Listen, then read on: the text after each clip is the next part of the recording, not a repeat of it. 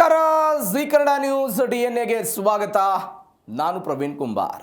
ಇವತ್ತಿನ G Kannada news DNAಯಲ್ಲಿ 5 ಸುದ್ದಿಗಳನ್ನು ನೋಡ್ತಾ ಹೋಗೋಣ. ಆ 5 ಸುದ್ದಿಗಳ ಪೈಕಿ ಮೊದಲ ಸುದ್ದಿ ಇರಾನ್ ಮತ್ತು ಅಮೆರಿಕ. ಯಾವ ಅಮೆರಿಕ ಹಾರ್ಮುಜ್ ಜಲಸಂಧಿಯಲ್ಲಿ ತನ್ನ ಅಧಿಕಾರಿ ವ್ಯಾಪ್ತಿಯನ್ನು ಹೆಚ್ಚಳ ಮಾಡಿಕೊಳ್ಳುವುದಕ್ಕೆ ಪ್ರಯತ್ನವನ್ನು ಪಡ್ತಾ ಇದೆಯೋ, ಯಾವ ಹಾರ್ಮುಜ್ ಜಲಸಂಧಿಯಲ್ಲಿ ತನ್ನ ಒಟ್ಟಾರೆ ದಿಗ್ಬಂಧನವನ್ನು ವಿಧಿಸಿ ಇರಾನನ್ನು ಕಟ್ಟಿ ಹಾಕಬೇಕು ಅಂತ ಆಲೋಚನೆ ಮಾಡ್ತಾ ಇದೆಯೋ, ಯಾವ ಹಾರ್ಮುಜ್ ಜಲಸಂಧಿಯ ಮುಖಾಂತರ ಇರಾನ್ನ ಆರ್ಥಿಕತೆ ಕುಸಿತ ಮಾಡಬೇಕು ಅಂತ ಅಮೆರಿಕದ ಅಧ್ಯಕ್ಷ ಡೊನಾಲ್ಡ್ ಟ್ರಂಪ್ ಪ್ರಯತ್ನವನ್ನು ಪಡ್ತಿದ್ದಾರೋ, ಅದಕ್ಕೆ ತದ್ವಿರುದ್ಧವಾಗಿ ಇವತ್ತು ಇರಾನ್ ಹೇಳ್ತಾ ಇದೆ, ಅಮೇರಿಕನ್ ಸೈನಿಕರನ್ನು ಹುಡುಕಿ ಹೊಡೆದರೆ, ಅವರನ್ನು ತಲೆ ತಂದರೆ ನಿಮಗೆ ಇನಾಮ್ ಕೊಡ್ತೀವಿ, ಬಹುಮಾನವನ್ನು ಕೊಡ್ತೀವಿ ಅಂತ ಬಹುಮಾನವನ್ನು ಘೋಷಣೆ ಮಾಡುವ ಹಂತಕ್ಕೆ ಹೋಗಿದೆ. ಅದರಲ್ಲೂ ವಿಶೇಷವಾಗಿ ಮಹಿಳೆಯರಿಗಾಗಿಯೇ ಪ್ರತ್ಯೇಕವಾದಂತಹ ಬಹುಮಾನವನ್ನು 2 ಪಟ್ಟು ಹಣವನ್ನು ಹೆಚ್ಚಳದ ರೂಪದಲ್ಲಿ ಕೊಡ್ತೀವಿ ಅಂತ ಇರಾನ್ ಇವತ್ತು ಘೋಷಣೆ ಮಾಡಿಕೊಂಡಿದೆ.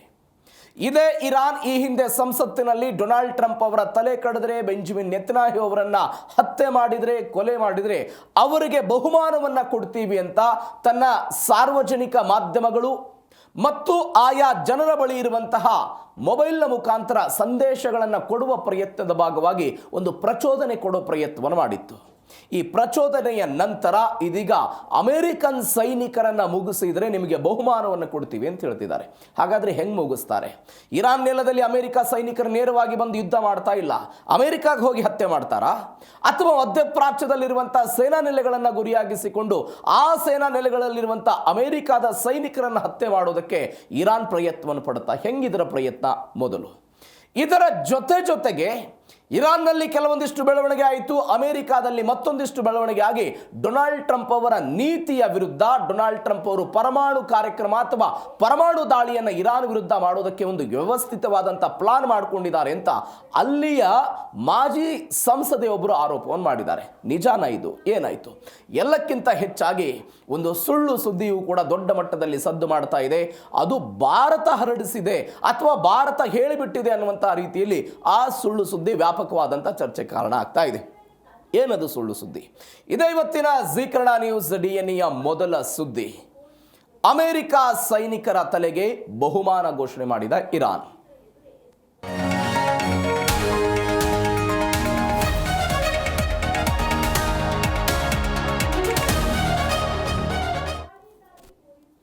ಇರಾನ್ ಅನ್ನೋ ದೇಶ ಪ್ರತಿಕಾರಕ್ಕಾಗಿ ಕಾಯ್ತಾ ಇರುವಂಥ ದೇಶ. ಅದು ನಾವು ಅನೇಕ ದಿನಗಳಿಂದ ಇದ್ರ ಬಗ್ಗೆ ಚರ್ಚೆ ಮಾಡ್ತಾ ಇದ್ದೀವಿ. ಒಂದು ಪುಟ್ಟ ದೇಶವಾದರೂ ಕೂಡ ರಕ್ಷಣಾತ್ಮಕವಾಗಿ ಪ್ರಾಬಲ್ಯವನ್ನು ಹೊಂದಿರುವಂಥ ಅಮೆರಿಕಾದ ವಿರುದ್ಧ ತನ್ನ ಪಡೆಯನ್ನು, ತನ್ನ ಕದಂಬ ಬಾಹುಗಳನ್ನು ವಿಸ್ತಾರ ಮಾಡ್ತಾ ಅಮೆರಿಕಾವನ್ನು ಹೊಡಿಬೇಕು ಅನ್ನುವ ಕಾರಣಕ್ಕಾಗಿಯೇ ನೀವು ನೇರವಾಗಿ ಬರ್ತೀರಾ, ನಾವು ಎದುರಿಸ್ತೀವಿ. ಮಧ್ಯಪ್ರಾಚ್ಯದ ಮುಖಾಂತರ ಬರ್ತೀರಾ, ನಾವು ಎದುರಿಸ್ತೀವಿ. ಹಾರ್ಮುಜ್ ಜಲಸಂಧಿಯಲ್ಲಿ ನೌಕಾಪಡೆ ತೆಗೆದುಕೊಂಡು ಬರ್ತೀರಾ, ನಾವು ಎದುರಿಸ್ತೀವಿ. ಎಲ್ಲ ದಿಕ್ಕುಗಳಲ್ಲೂ ಕೂಡ ಬಂದಾಗ ನಾವು ಎದುರಿಸ್ತೀವಿ ಅನ್ನುವಂಥ ಉತ್ತರವನ್ನು ಇರಾನ್ ಎನ್ನುವಂಥ 9 ಕೋಟಿ ಜನಸಂಖ್ಯೆಯನ್ನು ಹೊಂದಿರುವಂಥ ಒಂದು ದೇಶ ಹೇಳ್ತಾ ಇದೆ. ಅದರ ಮುಂದುವರೆದ ಭಾಗವಾಗಿ ಯಾವ ಇರಾನ್ ಇಷ್ಟು ದಿನಗಳ ಕಾಲ ಕೇವಲ ಟ್ರಂಪ್ ಅವರ ಹತ್ಯೆಗೆ ಅಥವಾ JD ವ್ಯಾನ್ಸ್ ಸೇರಿದಂತೆ ಡೊನಾಲ್ಡ್ ಟ್ರಂಪ್ ಅವರ ಕುಟುಂಬ, ಡೊನಾಲ್ಡ್ ಟ್ರಂಪ್ ಅವರ ಪತ್ನಿ, ಡೊನಾಲ್ಡ್ ಟ್ರಂಪ್ ಅವರ ಮಗನನ್ನು ಹತ್ಯೆ ಮಾಡಿದರೆ ಬಹುಮಾನವನ್ನು ಕೊಡ್ತೀವಿ ಅಂತ ಹೇಳ್ತಾ ಇತ್ತು, ಅದೇ ಇರಾನ್ ಒಂದು ಹೆಜ್ಜೆ ಮುಂದುವರೆದು ಸೈನಿಕರ ಕೊಲೆ ಮಾಡಿದರೆ ನಾವು ಹಣವನ್ನು ಕೊಡ್ತೀವಿ ಅನ್ನುವಂಥ ಹಂತಕ್ಕೆ ಬಂದ್ಬಿಟ್ಟಿದೆ. ಇವೆಲ್ಲದ ನಡುವೆ ಇರಾನ್ ಮೇಲೆ ಪರಮಾಣು ದಾಳಿ ಆಗುತ್ತಾ? ಯಾವ ಪರಮಾಣು ಕಾರ್ಯಕ್ರಮವನ್ನು ಇರಾನ್ ಮಾಡಬಾರ್ದು ಅಂತ ಅಮೆರಿಕ ಬಯಸ್ತಾ ಇದೆಯೋ, ಅದೇ ಅಮೆರಿಕ ಇದೀಗ ಇರಾನ್ ವಿರುದ್ಧ ಪರಮಾಣು ದಾಳಿ ಮಾಡಿಬಿಡುತ್ತಾ? 1945ಕ್ಕೆ ಹೋಗ್ಬೇಕಾಗತ್ತೆ ನಾವು. ಹಿರೋಸಿಮಾ, ನಾಗಾಸಾಕಿ ಎನ್ನುವಂಥ ನಗರಗಳ ಮೇಲೆ ಇದೇ ಅಮೆರಿಕಾದವರು ದಾಳಿ ಮಾಡಿದರು. 2 ಲಕ್ಷಕ್ಕೂ ಅಧಿಕ ಜನ ಮೃತಪಟ್ಟರು. ಅದಾದ ನಂತರ ಮತ್ತೊಮ್ಮೆ ಅಮೆರಿಕ ಇಂಥದ್ದೊಂದು ದಾಳಿಯನ್ನು ಇರಾನ್ ವಿರುದ್ಧ ಮಾಡುತ್ತಾ? ಏನಾಗುತ್ತೆ ಹಾಗಾದರೆ? ಎಲ್ಲವನ್ನು ಕೂಡ ಮೊದಲ ಸುದ್ದಿಯಲ್ಲಿ ಡೀಟೇಲ್ ಆಗಿ ನೋಡ್ತಾ ಹೋಗೋಣ. USA ಸಿಬ್ಬಂದಿ ಹತ್ಯೆ ಮಾಡಿದರೆ $30,000 ಕೊಡ್ತೀವಿ ಅಂತ ಇರಾನ್ನವರು ಘೋಷಣೆ ಮಾಡಿಕೊಂಡಿದ್ದಾರೆ. $30,000. ಅಮೆರಿಕದ ಮಿಲಿಟರಿ ಸಿಬ್ಬಂದಿಯನ್ನು ಸೆರೆ ಹಿಡಿಬೇಕು ಅಥವಾ ಅವರನ್ನು ಹತ್ಯೆ ಮಾಡಬೇಕು, ಅಂಥವರಿಗೆ, ಅವರನ್ನು ಹತ್ಯೆ ಮಾಡಿ ಒಪ್ಪಿಸುವವರಿಗೆ ನಾವು ಬಹುಮಾನವನ್ನು ಕೊಡ್ತೀವಿ ಅಂತ. ಇನಾಮು ಅಂತ ಹೇಳಿದ್ರೆ ಬಹುಮಾನ. ಯಾವುದರ ರೂಪದಲ್ಲಿ ಬಹುಮಾನ ಇರುತ್ತೆ? ಅದು ಹಣದ ರೂಪದಲ್ಲಿ ಇರುತ್ತೆ. ಎಷ್ಟು ಕೊಡ್ತಾರೆ? $30,000 ಹಣವನ್ನು ಕೊಡ್ತೀವಿ ಅಂತ ಹೇಳಿದರು ಅವರು. ಇರಾನ್ನ ಸೇನೆಯ ಮಹಾದಂಡನಾಯಕ ಅಮೀರ್ ಹತಾಮಿಯಿಂದ ಅಧಿಕೃತವಾದಂಥ ಪ್ರಕಟಣೆ ಬಂತು.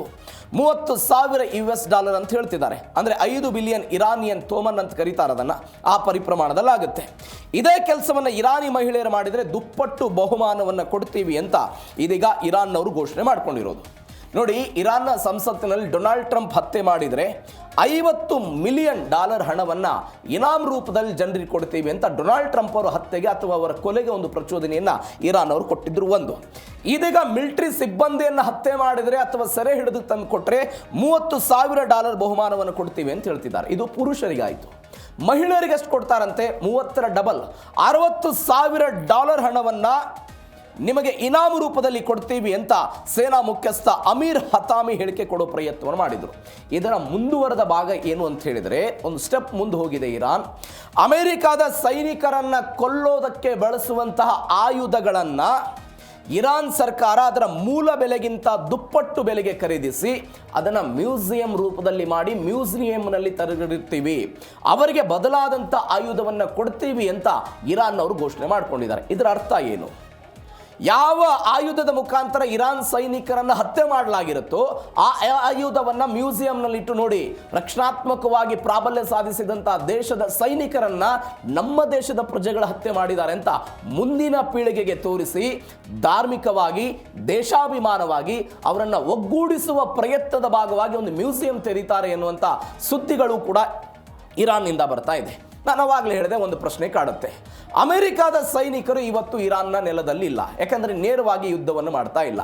ಹಾಗಾದರೆ ಎಲ್ಲಿರುವ ಸೈನಿಕರನ್ನು ಹೊಡಿಬೇಕು?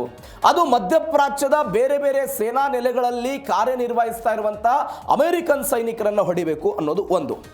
ಎರಡನೇದ್ದು, ಪರ್ಷಿಯನ್ ಗಲ್ಫ್, ಓಮನ್ ಗಲ್ಫ್ ಮತ್ತು ಹಾರ್ಮುಜ್ ಜಲಸಂಧಿಯಿಂದ ಈ ಅಮೆರಿಕಾದ ನೌಕಾಪಡೆಗಳೇನಿದೆ ಆ ನೌಕಾಪಡೆಗಳು ಸಂಪೂರ್ಣವಾಗಿ ಹೊರ ಹೋಗಬೇಕು ಎನ್ನುವಂಥ ಎಚ್ಚರಿಕೆ ಕೊಡೋದರ ಭಾಗವಾಗಿ ಆ ಸೈನಿಕರಿಗೆ ಇಂಥದ್ದೊಂದು ಸಂದೇಶವನ್ನು, ಎಚ್ಚರಿಕೆಯನ್ನು ಇರಾನ್ನ ಸೇನಾ ಮಹಾದಂಡ ನಾಯಕರು ಕೊಟ್ಟಿದ್ದಾರೆ ಎನ್ನುವಂಥ ವಿಶ್ಲೇಷಣೆಗಳಾಗ್ತಾ ಇದೆ. ನೋಡಿ, 2020ರ ಅವಧಿಯಲ್ಲಿ ಅಫ್ಘಾನಿಸ್ತಾನದಲ್ಲಿ ಅಮೆರಿಕ ಮತ್ತು ಅಫ್ಘಾನ್ ತಾಲಿಬಾನ್ ನಡುವೆ ಪೈಪೋಟಿ ಆಯಿತು. ಅವತ್ತು ಯಾರು ಈ ರೀತಿಯಾಗಿ ಇನಾಮ್ ಘೋಷಣೆ ಮಾಡಿದ್ರು?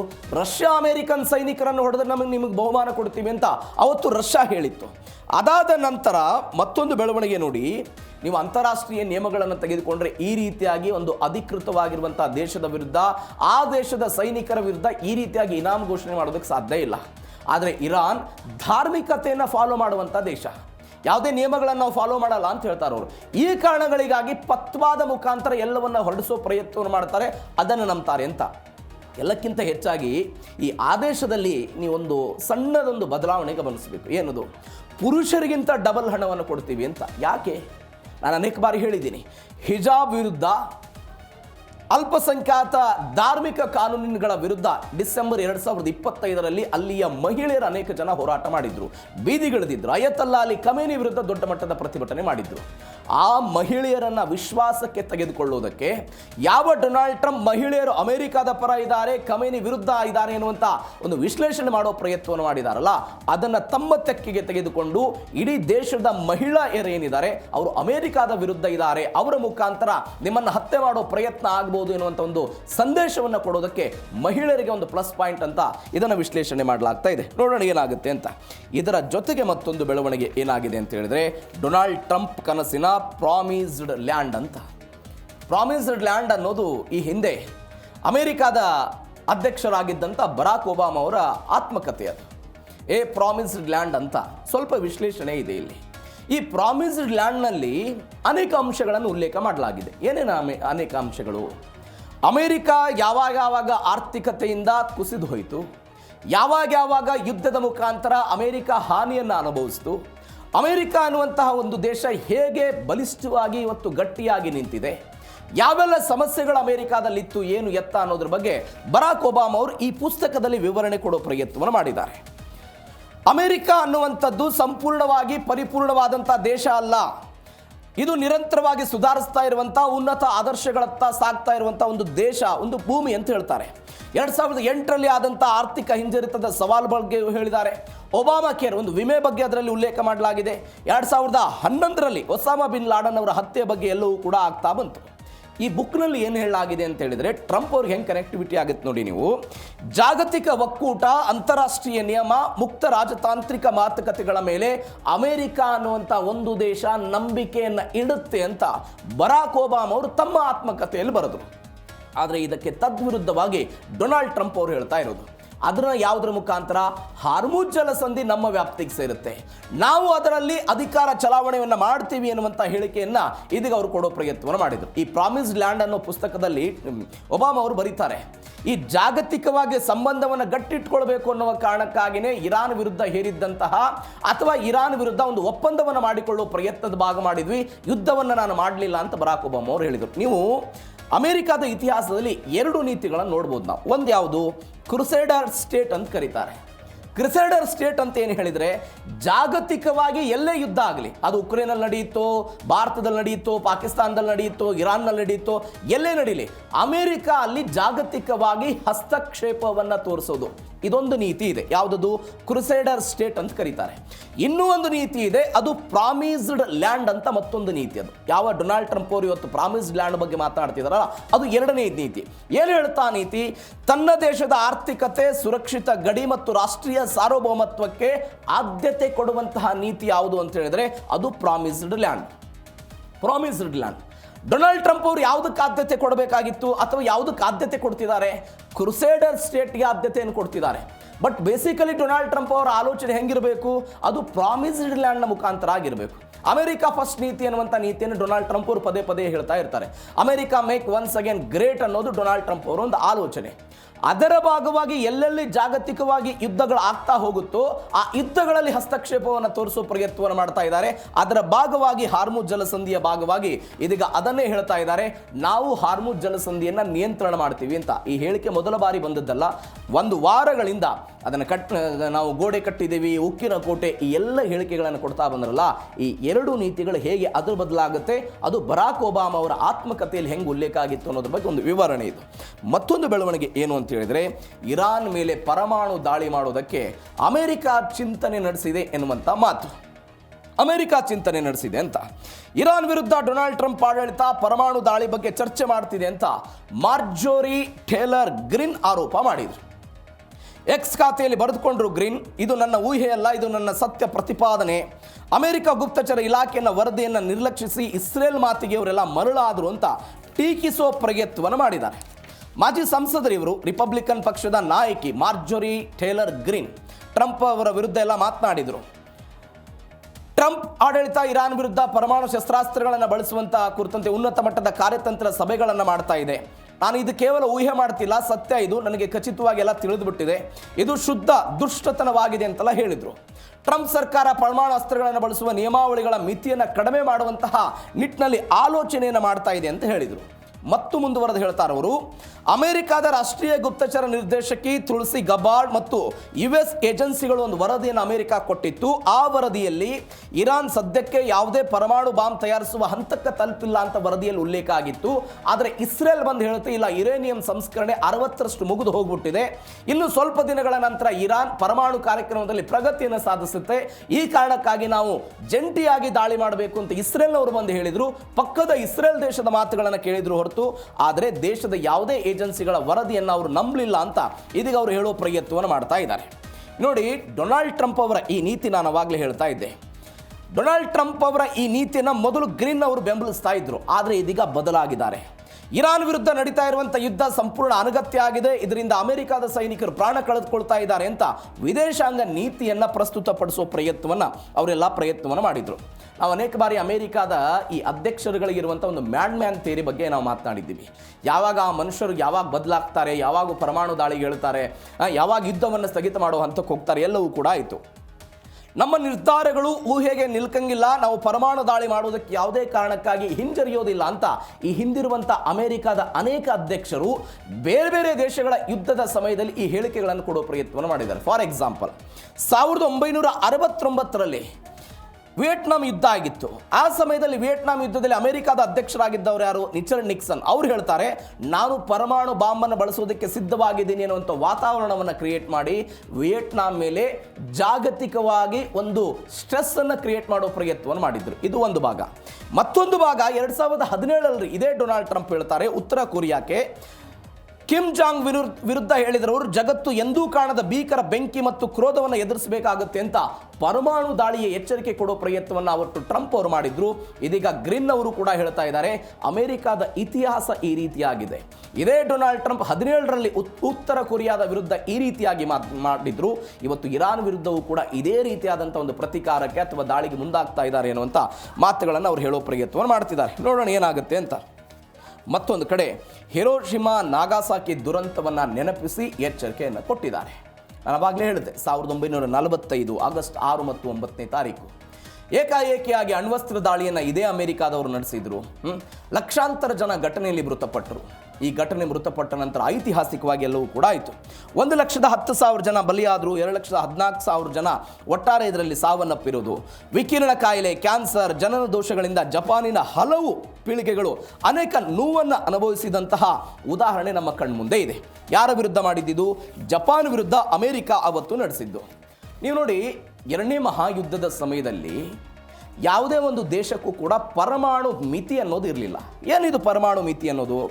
ಅವತ್ತೇನಾಗಿತ್ತು, ಪರಮಾಣನ್ನು ಹೊಂದೋದೇ ಒಂದು ದೊಡ್ಡ ಐತಿಹಾಸಿಕ ಸಾಧನೆ, ಅದೊಂದು ದೊಡ್ಡ ಸಾಂಪ್ರದಾಯಿಕ ಬಾಂಬ್. ಅದು ನಮ್ಮ ವಿರೋಧಿಗಳ ವಿರುದ್ಧ ಅದನ್ನು ಬಳಕೆ ಮಾಡಬೇಕು ಅನ್ನೋದು ಜಾಗತಿಕವಾಗಿ ಬೆಳೆದು ನಿಂತಹ ಅನೇಕ ದೇಶಗಳಲ್ಲಿ ಬಂದ್ಬಿಟ್ಟಿತ್ತು. ಅದೊಂದು 5 ದೇಶಗಳು 1978ಕ್ಕಿಂತ ಮೊದಲು ಇವರೆಲ್ಲ ತಯಾರು ಮಾಡಿದ್ರಲ್ಲ, 5 ದೇಶಗಳಿಗೆ ಬಂತು. ಪರಮಾಣು ಮಿತಿ ಅಂತ ಹೇಳಿದೆ ನಾನು. ಪರಮಾಣು ಮಿತಿ ಕಡಿತ, ಪರಮಾಣು ಮಿತಿ ಹೆಚ್ಚಳ ಅಂತ 2 ಬರುತ್ತೆ.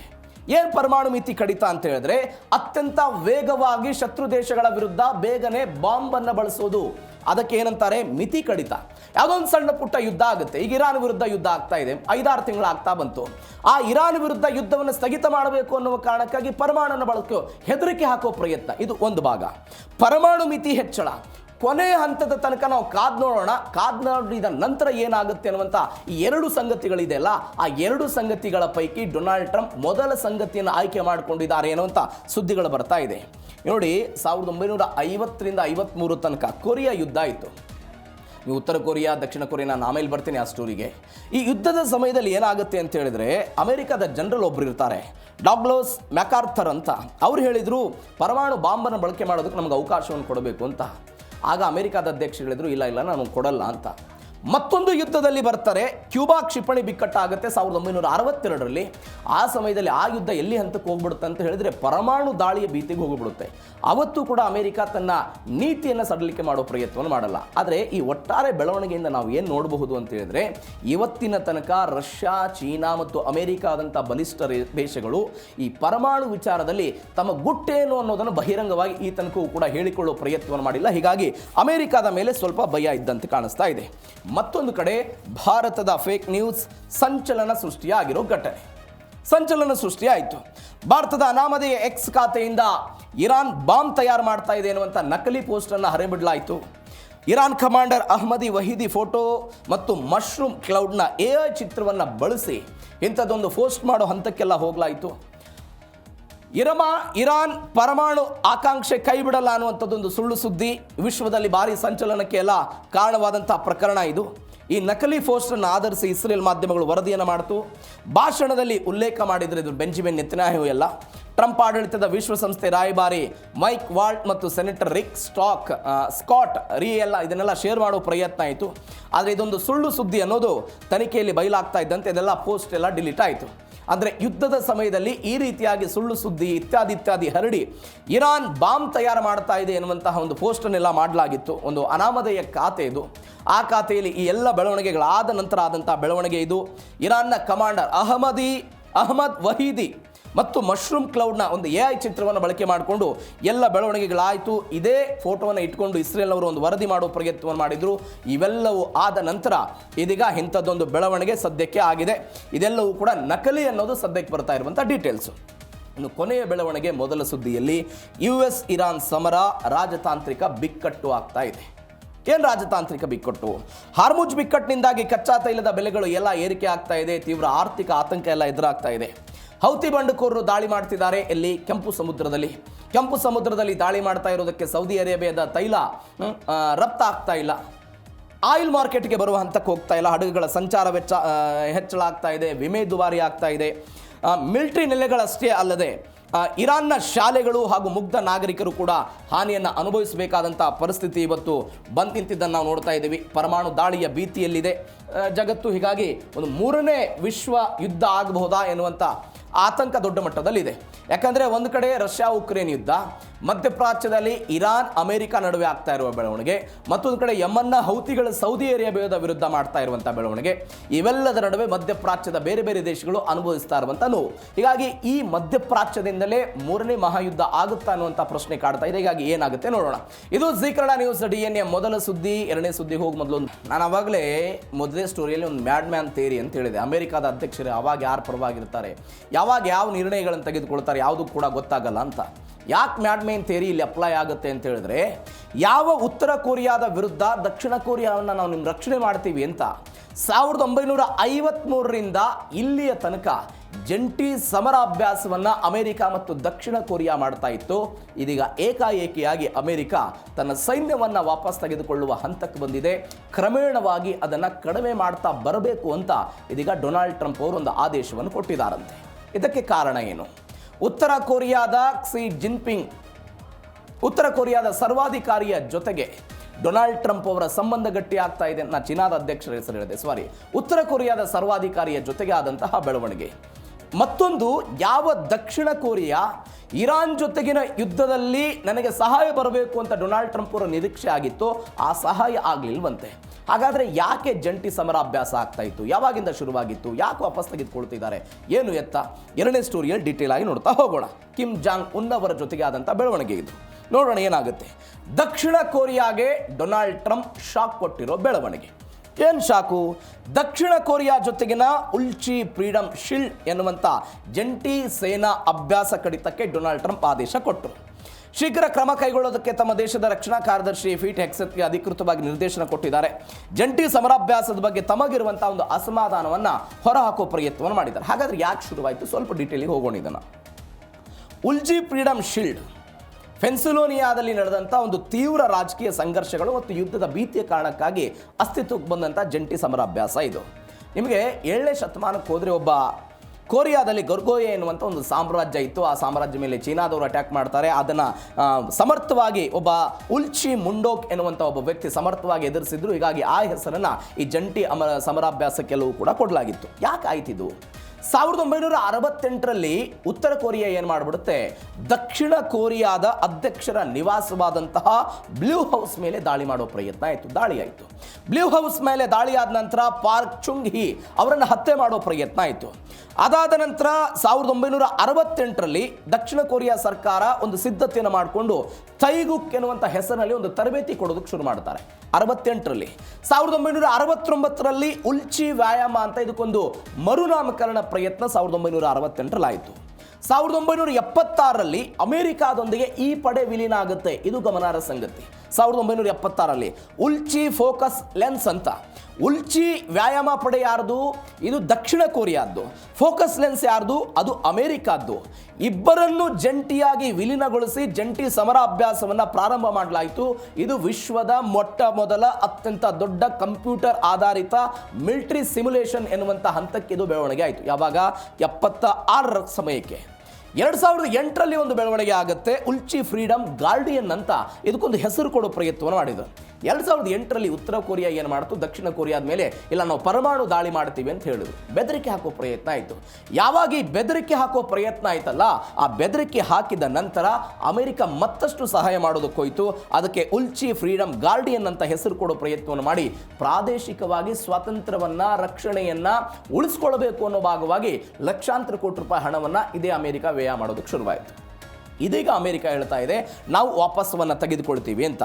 ನಿಮಗೆ 2022ರಲ್ಲಿ ಕೊರೋನಾ ಬಂದಿತ್ತಲ್ಲ, ಕೊರೋನಾ ಕಾರಣಕ್ಕಾಗಿ ಇದನ್ನು ಜಂಟಿ ಸಮರಾಭ್ಯಾಸವನ್ನು ಸ್ವಲ್ಪ ದಿನಗಳ ಕಾಲ ತಡೆಗಟ್ಟುವ ಪ್ರಯತ್ನ ಆಗಿತ್ತು. 2018ರಲ್ಲಿ ಒಂದು ಬಿಕ್ಕಟ್ಟಾಗಿತ್ತು, 22ರಲ್ಲಿ ಕೊರೋನಾ ಬಂತು. ಅದಾದ ನಂತರ ಇದೀಗ ಡೊನಾಲ್ಡ್ ಟ್ರಂಪ್ ಸಂಪೂರ್ಣವಾಗಿ ವಾಪಸ್ ತೆಗೆದುಕೊಳ್ಳಬೇಕು ಅನ್ನುವ ಹಂತಕ್ಕೆ ಬಂದಿದ್ದಾರೆ. ಅಂದರೆ ಅಲ್ಲಿಂದ 68ರಿಂದ ಶುರುವಾದಂಥ ಬೆಳವಣಿಗೆ ಇಲ್ಲಿ ತನಕ ನಡ್ಕೊಂಡು ಬಂದಿದೆ. ನೋಡೋಣ ಏನಾಗುತ್ತೆ.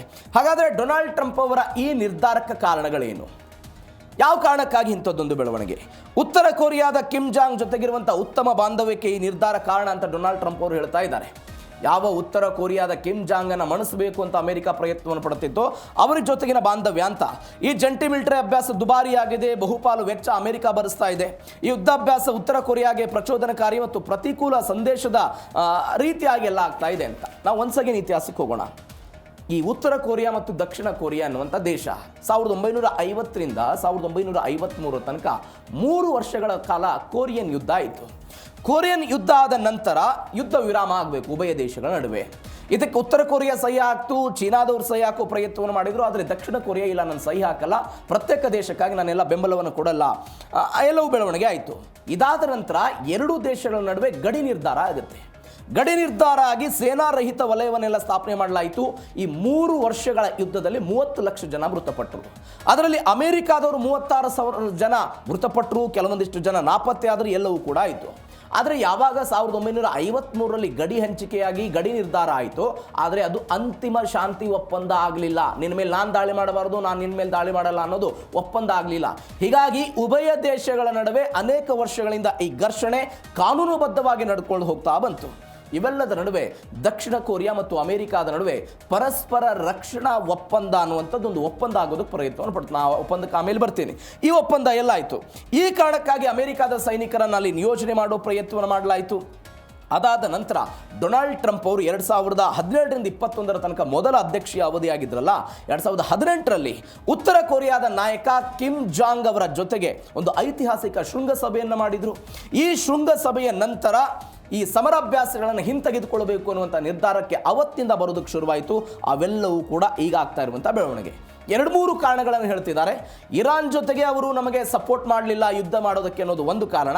ಎರಡನೇದ್ದು, ಈ ವ್ಯಕ್ತಿಯ ಜೊತೆಗೆ ಅಂದರೆ ಉತ್ತರ ಕೊರಿಯಾದ ಸರ್ವಾಧಿಕಾರಿ ಕಿಮ್ ಜಾಂಗ್ ಉನ್ ಅವರ ಜೊತೆಗೆ ಅತ್ಯುತ್ತಮವಾದಂಥ ವೈಯಕ್ತಿಕ ಸಂಬಂಧ ಗಟ್ಟಿ ಆಗ್ತಾ ಇರುವಂಥ ಕಾರಣಕ್ಕಾಗಿ ಇದೆಲ್ಲವೂ ಕೂಡ ಆಗ್ತಾ ಇದೆ ಅಂತ. ಭಾರಿ ಪ್ರಮಾಣದಲ್ಲಿ ಹಣವನ್ನು ವ್ಯಯ ಮಾಡ್ತಿದ್ದಾರೆ ಅಂತ. ಆಗಸ್ಟ್ 17ರಿಂದ 18,000 ಸೈನಿಕರೊಂದಿಗೆ 11 ದಿನಗಳ ವಾರ್ಷಿಕ ತರಬೇತಿಯನ್ನು ಇದೀಗ ಅವರು ಮುಂದುವರಿಸುವ ಪ್ರಯತ್ನಕ್ಕೆ ಹೋಗ್ತಾ ಇದ್ದಾರೆ. ಅಂದರೆ ಕಿಮ್ ಜಾಂಗ್ ಉನ್ ಅವರ ಜೊತೆಗೆ ಆಗ್ತಾ ಇರುವಂಥ ಗಟ್ಟಿ ಸಂಬಂಧ ಮತ್ತು ಐತಿಹಾಸಿಕ ಅಮೆರಿಕ ದಕ್ಷಿಣ ಕೊರಿಯಾದಲ್ಲಿ ಹಣವನ್ನು ವ್ಯಯ ಮಾಡಿ ರಕ್ಷಣೆ ಕೊಟ್ಟರು ತನ್ನ ಸೈನಿಕರನ್ನು ಕಳೆದುಕೊಂಡಿದೆ. ಈ ಕಾರಣಕ್ಕಾಗಿ ವಾಪಸ್ ತೆಗೆದುಕೊಳ್ತಾ ಇದ್ದಾರೆ ಅನ್ನುವಂಥ ಮಾಹಿತಿ ಬರ್ತಾ ಇದೆ. ನೋಡೋಣ ಏನಾಗುತ್ತೆ. ಮತ್ತೊಂದು ಬೆಳವಣಿಗೆ, ಇರಾನ್ ವಿರುದ್ಧ ಬೆಂಬಲಿಸಿದ ಕೊರಿಯಾ. ನಾನು ಆವಾಗಲೇ ಹೇಳಿದೆ ನಿಮಗೆ, ಈ ನ್ಯಾಟೋ ಶೃಂಗಪಡೆಗಳ ನಡುವೆ ಒಂದು ಮೈತ್ರಿ ಆಗಿತ್ತು. ನ್ಯಾಟೋದ ಆರ್ಟಿಕಲ್ 5 ನಮ್ಮ ಮೇಲೆ ದಾಳಿ ಆದರೆ ಪರಸ್ಪರವಾಗಿಲ್ಲ ನೀವೆಲ್ಲ ಬರಬೇಕು ಅಂತ. ಆದರೆ ದಕ್ಷಿಣ ಕೊರಿಯಾ ಯಾವ ಸಹಾಯವನ್ನು ಕೂಡ, ದಕ್ಷಿಣ ಕೊರಿಯಾ ಸಹಾಯಕ್ಕೆ ಬರಲಿಲ್ಲ ಅಂತ ಒಂದು ಅಸಮಾಧಾನ ಸಹಜವಾಗಿತ್ತು. ಯಾವುದೇ ಒಪ್ಪಂದ ಆಗಿಲ್ಲ ಅಮೆರಿಕ ಮತ್ತು ದಕ್ಷಿಣ ಕೊರಿಯಾದ ನಡುವೆ. ಏನೋ ಒಪ್ಪಂದ ಆಗಿಬಿಟ್ಟಿದೆ, ನೀವು ಎಲ್ಲ ಪರಸ್ಪರವಾಗಿ ಸಹಾಯ ಬರಬೇಕು ಅಂತ, ಅದ್ಯಾವುದೂ ಇಲ್ಲ. ಆದರೆ ಇರಾನ್ ಅಣ್ವಸ್ತ್ರ ಕಾರ್ಯಕ್ರಮವನ್ನು ಕೆಡವೋದಕ್ಕೆ ಅಮೆರಿಕ ಪ್ರಯತ್ನದ ವಿಚಾರ ಪ್ರಸ್ತಾಪ ಆಗಿದೆ. ಸಮರಾಭ್ಯಾಸಕ್ಕೆ ದಕ್ಷಿಣ ಕೊರಿಯಾ ಅಧ್ಯಕ್ಷ ಲೀ ಜೆ ಮಿಂಗ್ಗೆ ಪ್ರಸ್ತಾಪ ಮಾಡಲಾಗಿತ್ತು. ನೋ ಥ್ಯಾಂಕ್ಸ್ ಅಂತೆಲ್ಲ ನೇರವಾಗಿ ಏನೋ ತಿರಸ್ಕಾರ ಮಾಡೋ ಪ್ರಯತ್ನವನ್ನು ಮಾಡಿದ್ರಂತೆ. ನೋಡಿ, 1953ರಲ್ಲಿ ಇದೇ ದಕ್ಷಿಣ ಕೊರಿಯಾ ಮತ್ತು ಅಮೆರಿಕಾದ ನಡುವೆ ಒಂದು ಒಪ್ಪಂದ ಆಗಿದೆ. ಯಾವ ಒಪ್ಪಂದ ಅದು? ಪ್ರಾದೇಶಿಕ ರಕ್ಷಣೆಯ ಒಪ್ಪಂದ ಆಗಿದೆ. ಏನು ಪ್ರಾದೇಶಿಕ ರಕ್ಷಣೆ ಒಪ್ಪಂದ? ದಕ್ಷಿಣ ಕೊರಿಯಾ ಅಥವಾ ಅಮೆರಿಕಾದ ಮೇಲೆ ಪೆಸಿಫಿಕ್ ವಲಯದಲ್ಲಿ ಯಾವುದೇ ಬಾಹ್ಯ ದೇಶ ದಾಳಿ ಮಾಡಿದರೆ ಉಭಯ ದೇಶಗಳು ಪರಸ್ಪರ ರಕ್ಷಣೆಗೆ ಒಂದಾಗಬೇಕು, ಕೈ ಜೋಡಿಸಬೇಕು ಅನ್ನೋದು ಉಭಯ ದೇಶಗಳ ನಡುವೆ ಆದಂಥ ಬೆಳವಣಿಗೆ. ಆದರೆ ಈ ಒಪ್ಪಂದದಲ್ಲಿ ಮಧ್ಯಪ್ರಾಚ್ಯನೋ ಅಥವಾ ಜಾಗತಿಕವಾಗಿ ಮತ್ತೊಂದು ದೇಶದ ವಿರುದ್ಧ ಅಮೆರಿಕ ಯುದ್ಧ ಮಾಡ್ತಿದ್ರೆ ದಕ್ಷಿಣ ಕೊರಿಯಾ ಬಂದು ಸಪೋರ್ಟ್ ಮಾಡಬೇಕು ಈ ಒಪ್ಪಂದದಲ್ಲಿ ಉಲ್ಲೇಖ ಆಗಿಲ್ಲ. ಈ ಕಾರಣಕ್ಕಾಗಿ ದಕ್ಷಿಣ ಕೊರಿಯಾದವರು ದೂರ ಇದ್ರು ಯುದ್ಧದಿಂದ ಅಂತ ಬರ್ತಾ ಇರುವಂಥ ಮಾಹಿತಿ. ಆದರೆ ಒಪ್ಪಂದ ಇಲ್ಲದೆ ಇದ್ರೂ ಕೂಡ ಯಾಕೆ ಭಾಗವಹಿಸಬೇಕು ಅನ್ನೋ ಟ್ರಂಪ್ ಅವರ ನೀತಿಯಾಗಿತ್ತು. ಅವರು ಹೇಳ್ತಾರೆ, ನೈತಿಕ ಮತ್ತು ರಾಜತಾಂತ್ರಿಕ ಬೆಂಬಲವನ್ನು ದಕ್ಷಿಣ ಕೊರಿಯಾ ನನಗೆ ಕೊಡಬಹುದು ಅನ್ನುವಂಥ ನಿರೀಕ್ಷೆ ಇತ್ತು, ಹೀಗಾಗಿ ಅವರು ಕೊಡಲಿಲ್ಲ, ಹೀಗಾಗಿ ಅಟ್ಯಾಕ್ ಅಂತ ಒಂದು. ಟ್ರಂಪ್ ಅವರು ವ್ಯಾವಹಾರಿಕ ನಿಲುವಿದೆ. ಏನು ವ್ಯಾವಹಾರಿಕ ನಿಲುವು? ಉತ್ತರ ಕೊರಿಯಾದಿಂದ ರಕ್ಷಣೆ ಮಾಡೋದಕ್ಕೆ ಕೋಟ್ಯಾಂತರ ರೂಪಾಯಿ ಹಣ ವ್ಯಯ ಮಾಡ್ತಾ ಇದ್ದೀವಿ, ನಮ್ಮನ್ನು ರಕ್ಷಣೆ ಮಾಡೋದಕ್ಕೆ ದಕ್ಷಿಣ ಕೊರಿಯಾ ಬರಲ್ಲ ಅಂತ ಹೇಳಿದ್ರೆ ಏನು ಎನ್ನುವಂತಹ ಪ್ರಶ್ನೆ ಅವ್ರದ್ದಿದೆ. ಈ ಎಲ್ಲ ಕಾರಣಗಳಿಗಾಗಿ ಎಲ್ಲವೂ ಆಗ್ತಾ ಇತ್ತು. ನೀವು ಇದರ ಹೊರತಾಗಿ 1960 ಮತ್ತು 2003ರ ಇರಾಕ್ ಯುದ್ಧದ ಸಮಯದಲ್ಲಿ ಮತ್ತು ವಿಯೆಟ್ನಾಂ ಯುದ್ಧದ ಸಮಯದಲ್ಲಿ ಅವತ್ತು ದಕ್ಷಿಣ ಕೊರಿಯಾ ಅಮೆರಿಕಕ್ಕೆ ತನ್ನ ಸೈನಿಕರನ್ನು ಕಳಿಸಿತ್ತು ಬೇರೆ ದೇಶಗಳ ಜೊತೆಗೆ ಯುದ್ಧವನ್ನು ಮಾಡೋದಕ್ಕೆ.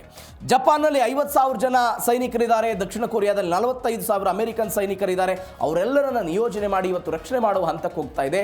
ಆದರೂ ಕೂಡ ಜಪಾನು ಬರಲಿಲ್ಲ, ದಕ್ಷಿಣ ಕೊರಿಯಾವು ಕೂಡ ಬರಲಿಲ್ಲ ಅನ್ನೋದು ಯಾರ ಅಸಮಾಧಾನಕ್ಕೆ ಕಾರಣ ಆಗಿದೆ? ಡೊನಾಲ್ಡ್ ಟ್ರಂಪ್ ಅವರ ಅಸಮಾಧಾನ ಕಾರಣ ಆಗ್ತಾ ಇದೆ.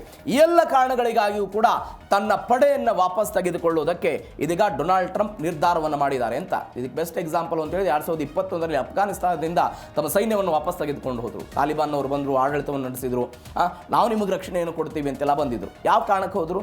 ವಿಪರೀತವಾಗಿ ವ್ಯತ್ಯಯ ಆಗ್ತಾ ಇತ್ತು, ವಿಪರೀತವಾಗಿ ಹಣ ಖರ್ಚಾಗ್ತಾ ಇತ್ತು, ಎಲ್ಲ ಬೆಳವಣಿಗೆ ಆಗಿದ್ದನ್ನು ನೋಡ್ತಾ ಇದ್ದೀವಿ. ಇದೀಗ ಡೊನಾಲ್ಡ್ ಟ್ರಂಪ್ ಆ ವಿಚಾರಕ್ಕೆ ಸಂಬಂಧಪಟ್ಟಂತೆ ಒಂದು ಫೋಟೋ ವೈರಲ್ ಆಗಿದೆ. ಟ್ರಂಪ್ ಚಡಪಡಿಕೆ ಆಗ್ತಾ ಇರೋದು. ಏನದು ಫೋಟೋ? ಸಮರಾಭ್ಯಾಸ ಕಡಿತದ ಮೊದಲು ಕಿಮ್ ಜಾಂಗ್ ಉನ್ ಜೊತೆಗಿನ ಒಂದು ಹಳೆಯ ಫೋಟೋ ಇದೀಗ ವೈರಲ್ ಆಯಿತು. ಉತ್ತರ ಕೊರಿಯಾದ ಸರ್ವಾಧಿಕಾರಿ ಕಿಮ್ ಜಾಂಗ್ ಉನ್ ಅವರ ಜೊತೆಗಿದ್ದಂಥ ಫೋಟೋ ಅದು. ಈ ಫೋಟೋದಲ್ಲಿ ಕಿಮ್ ಜಾಂಗ್ ಉನ್ ಗಂಭೀರವಾಗಿದ್ದಾರೆ, ಸ್ನೇಹಪರವಲ್ಲಾದಂಥ ನೋಟ ಇದೆ.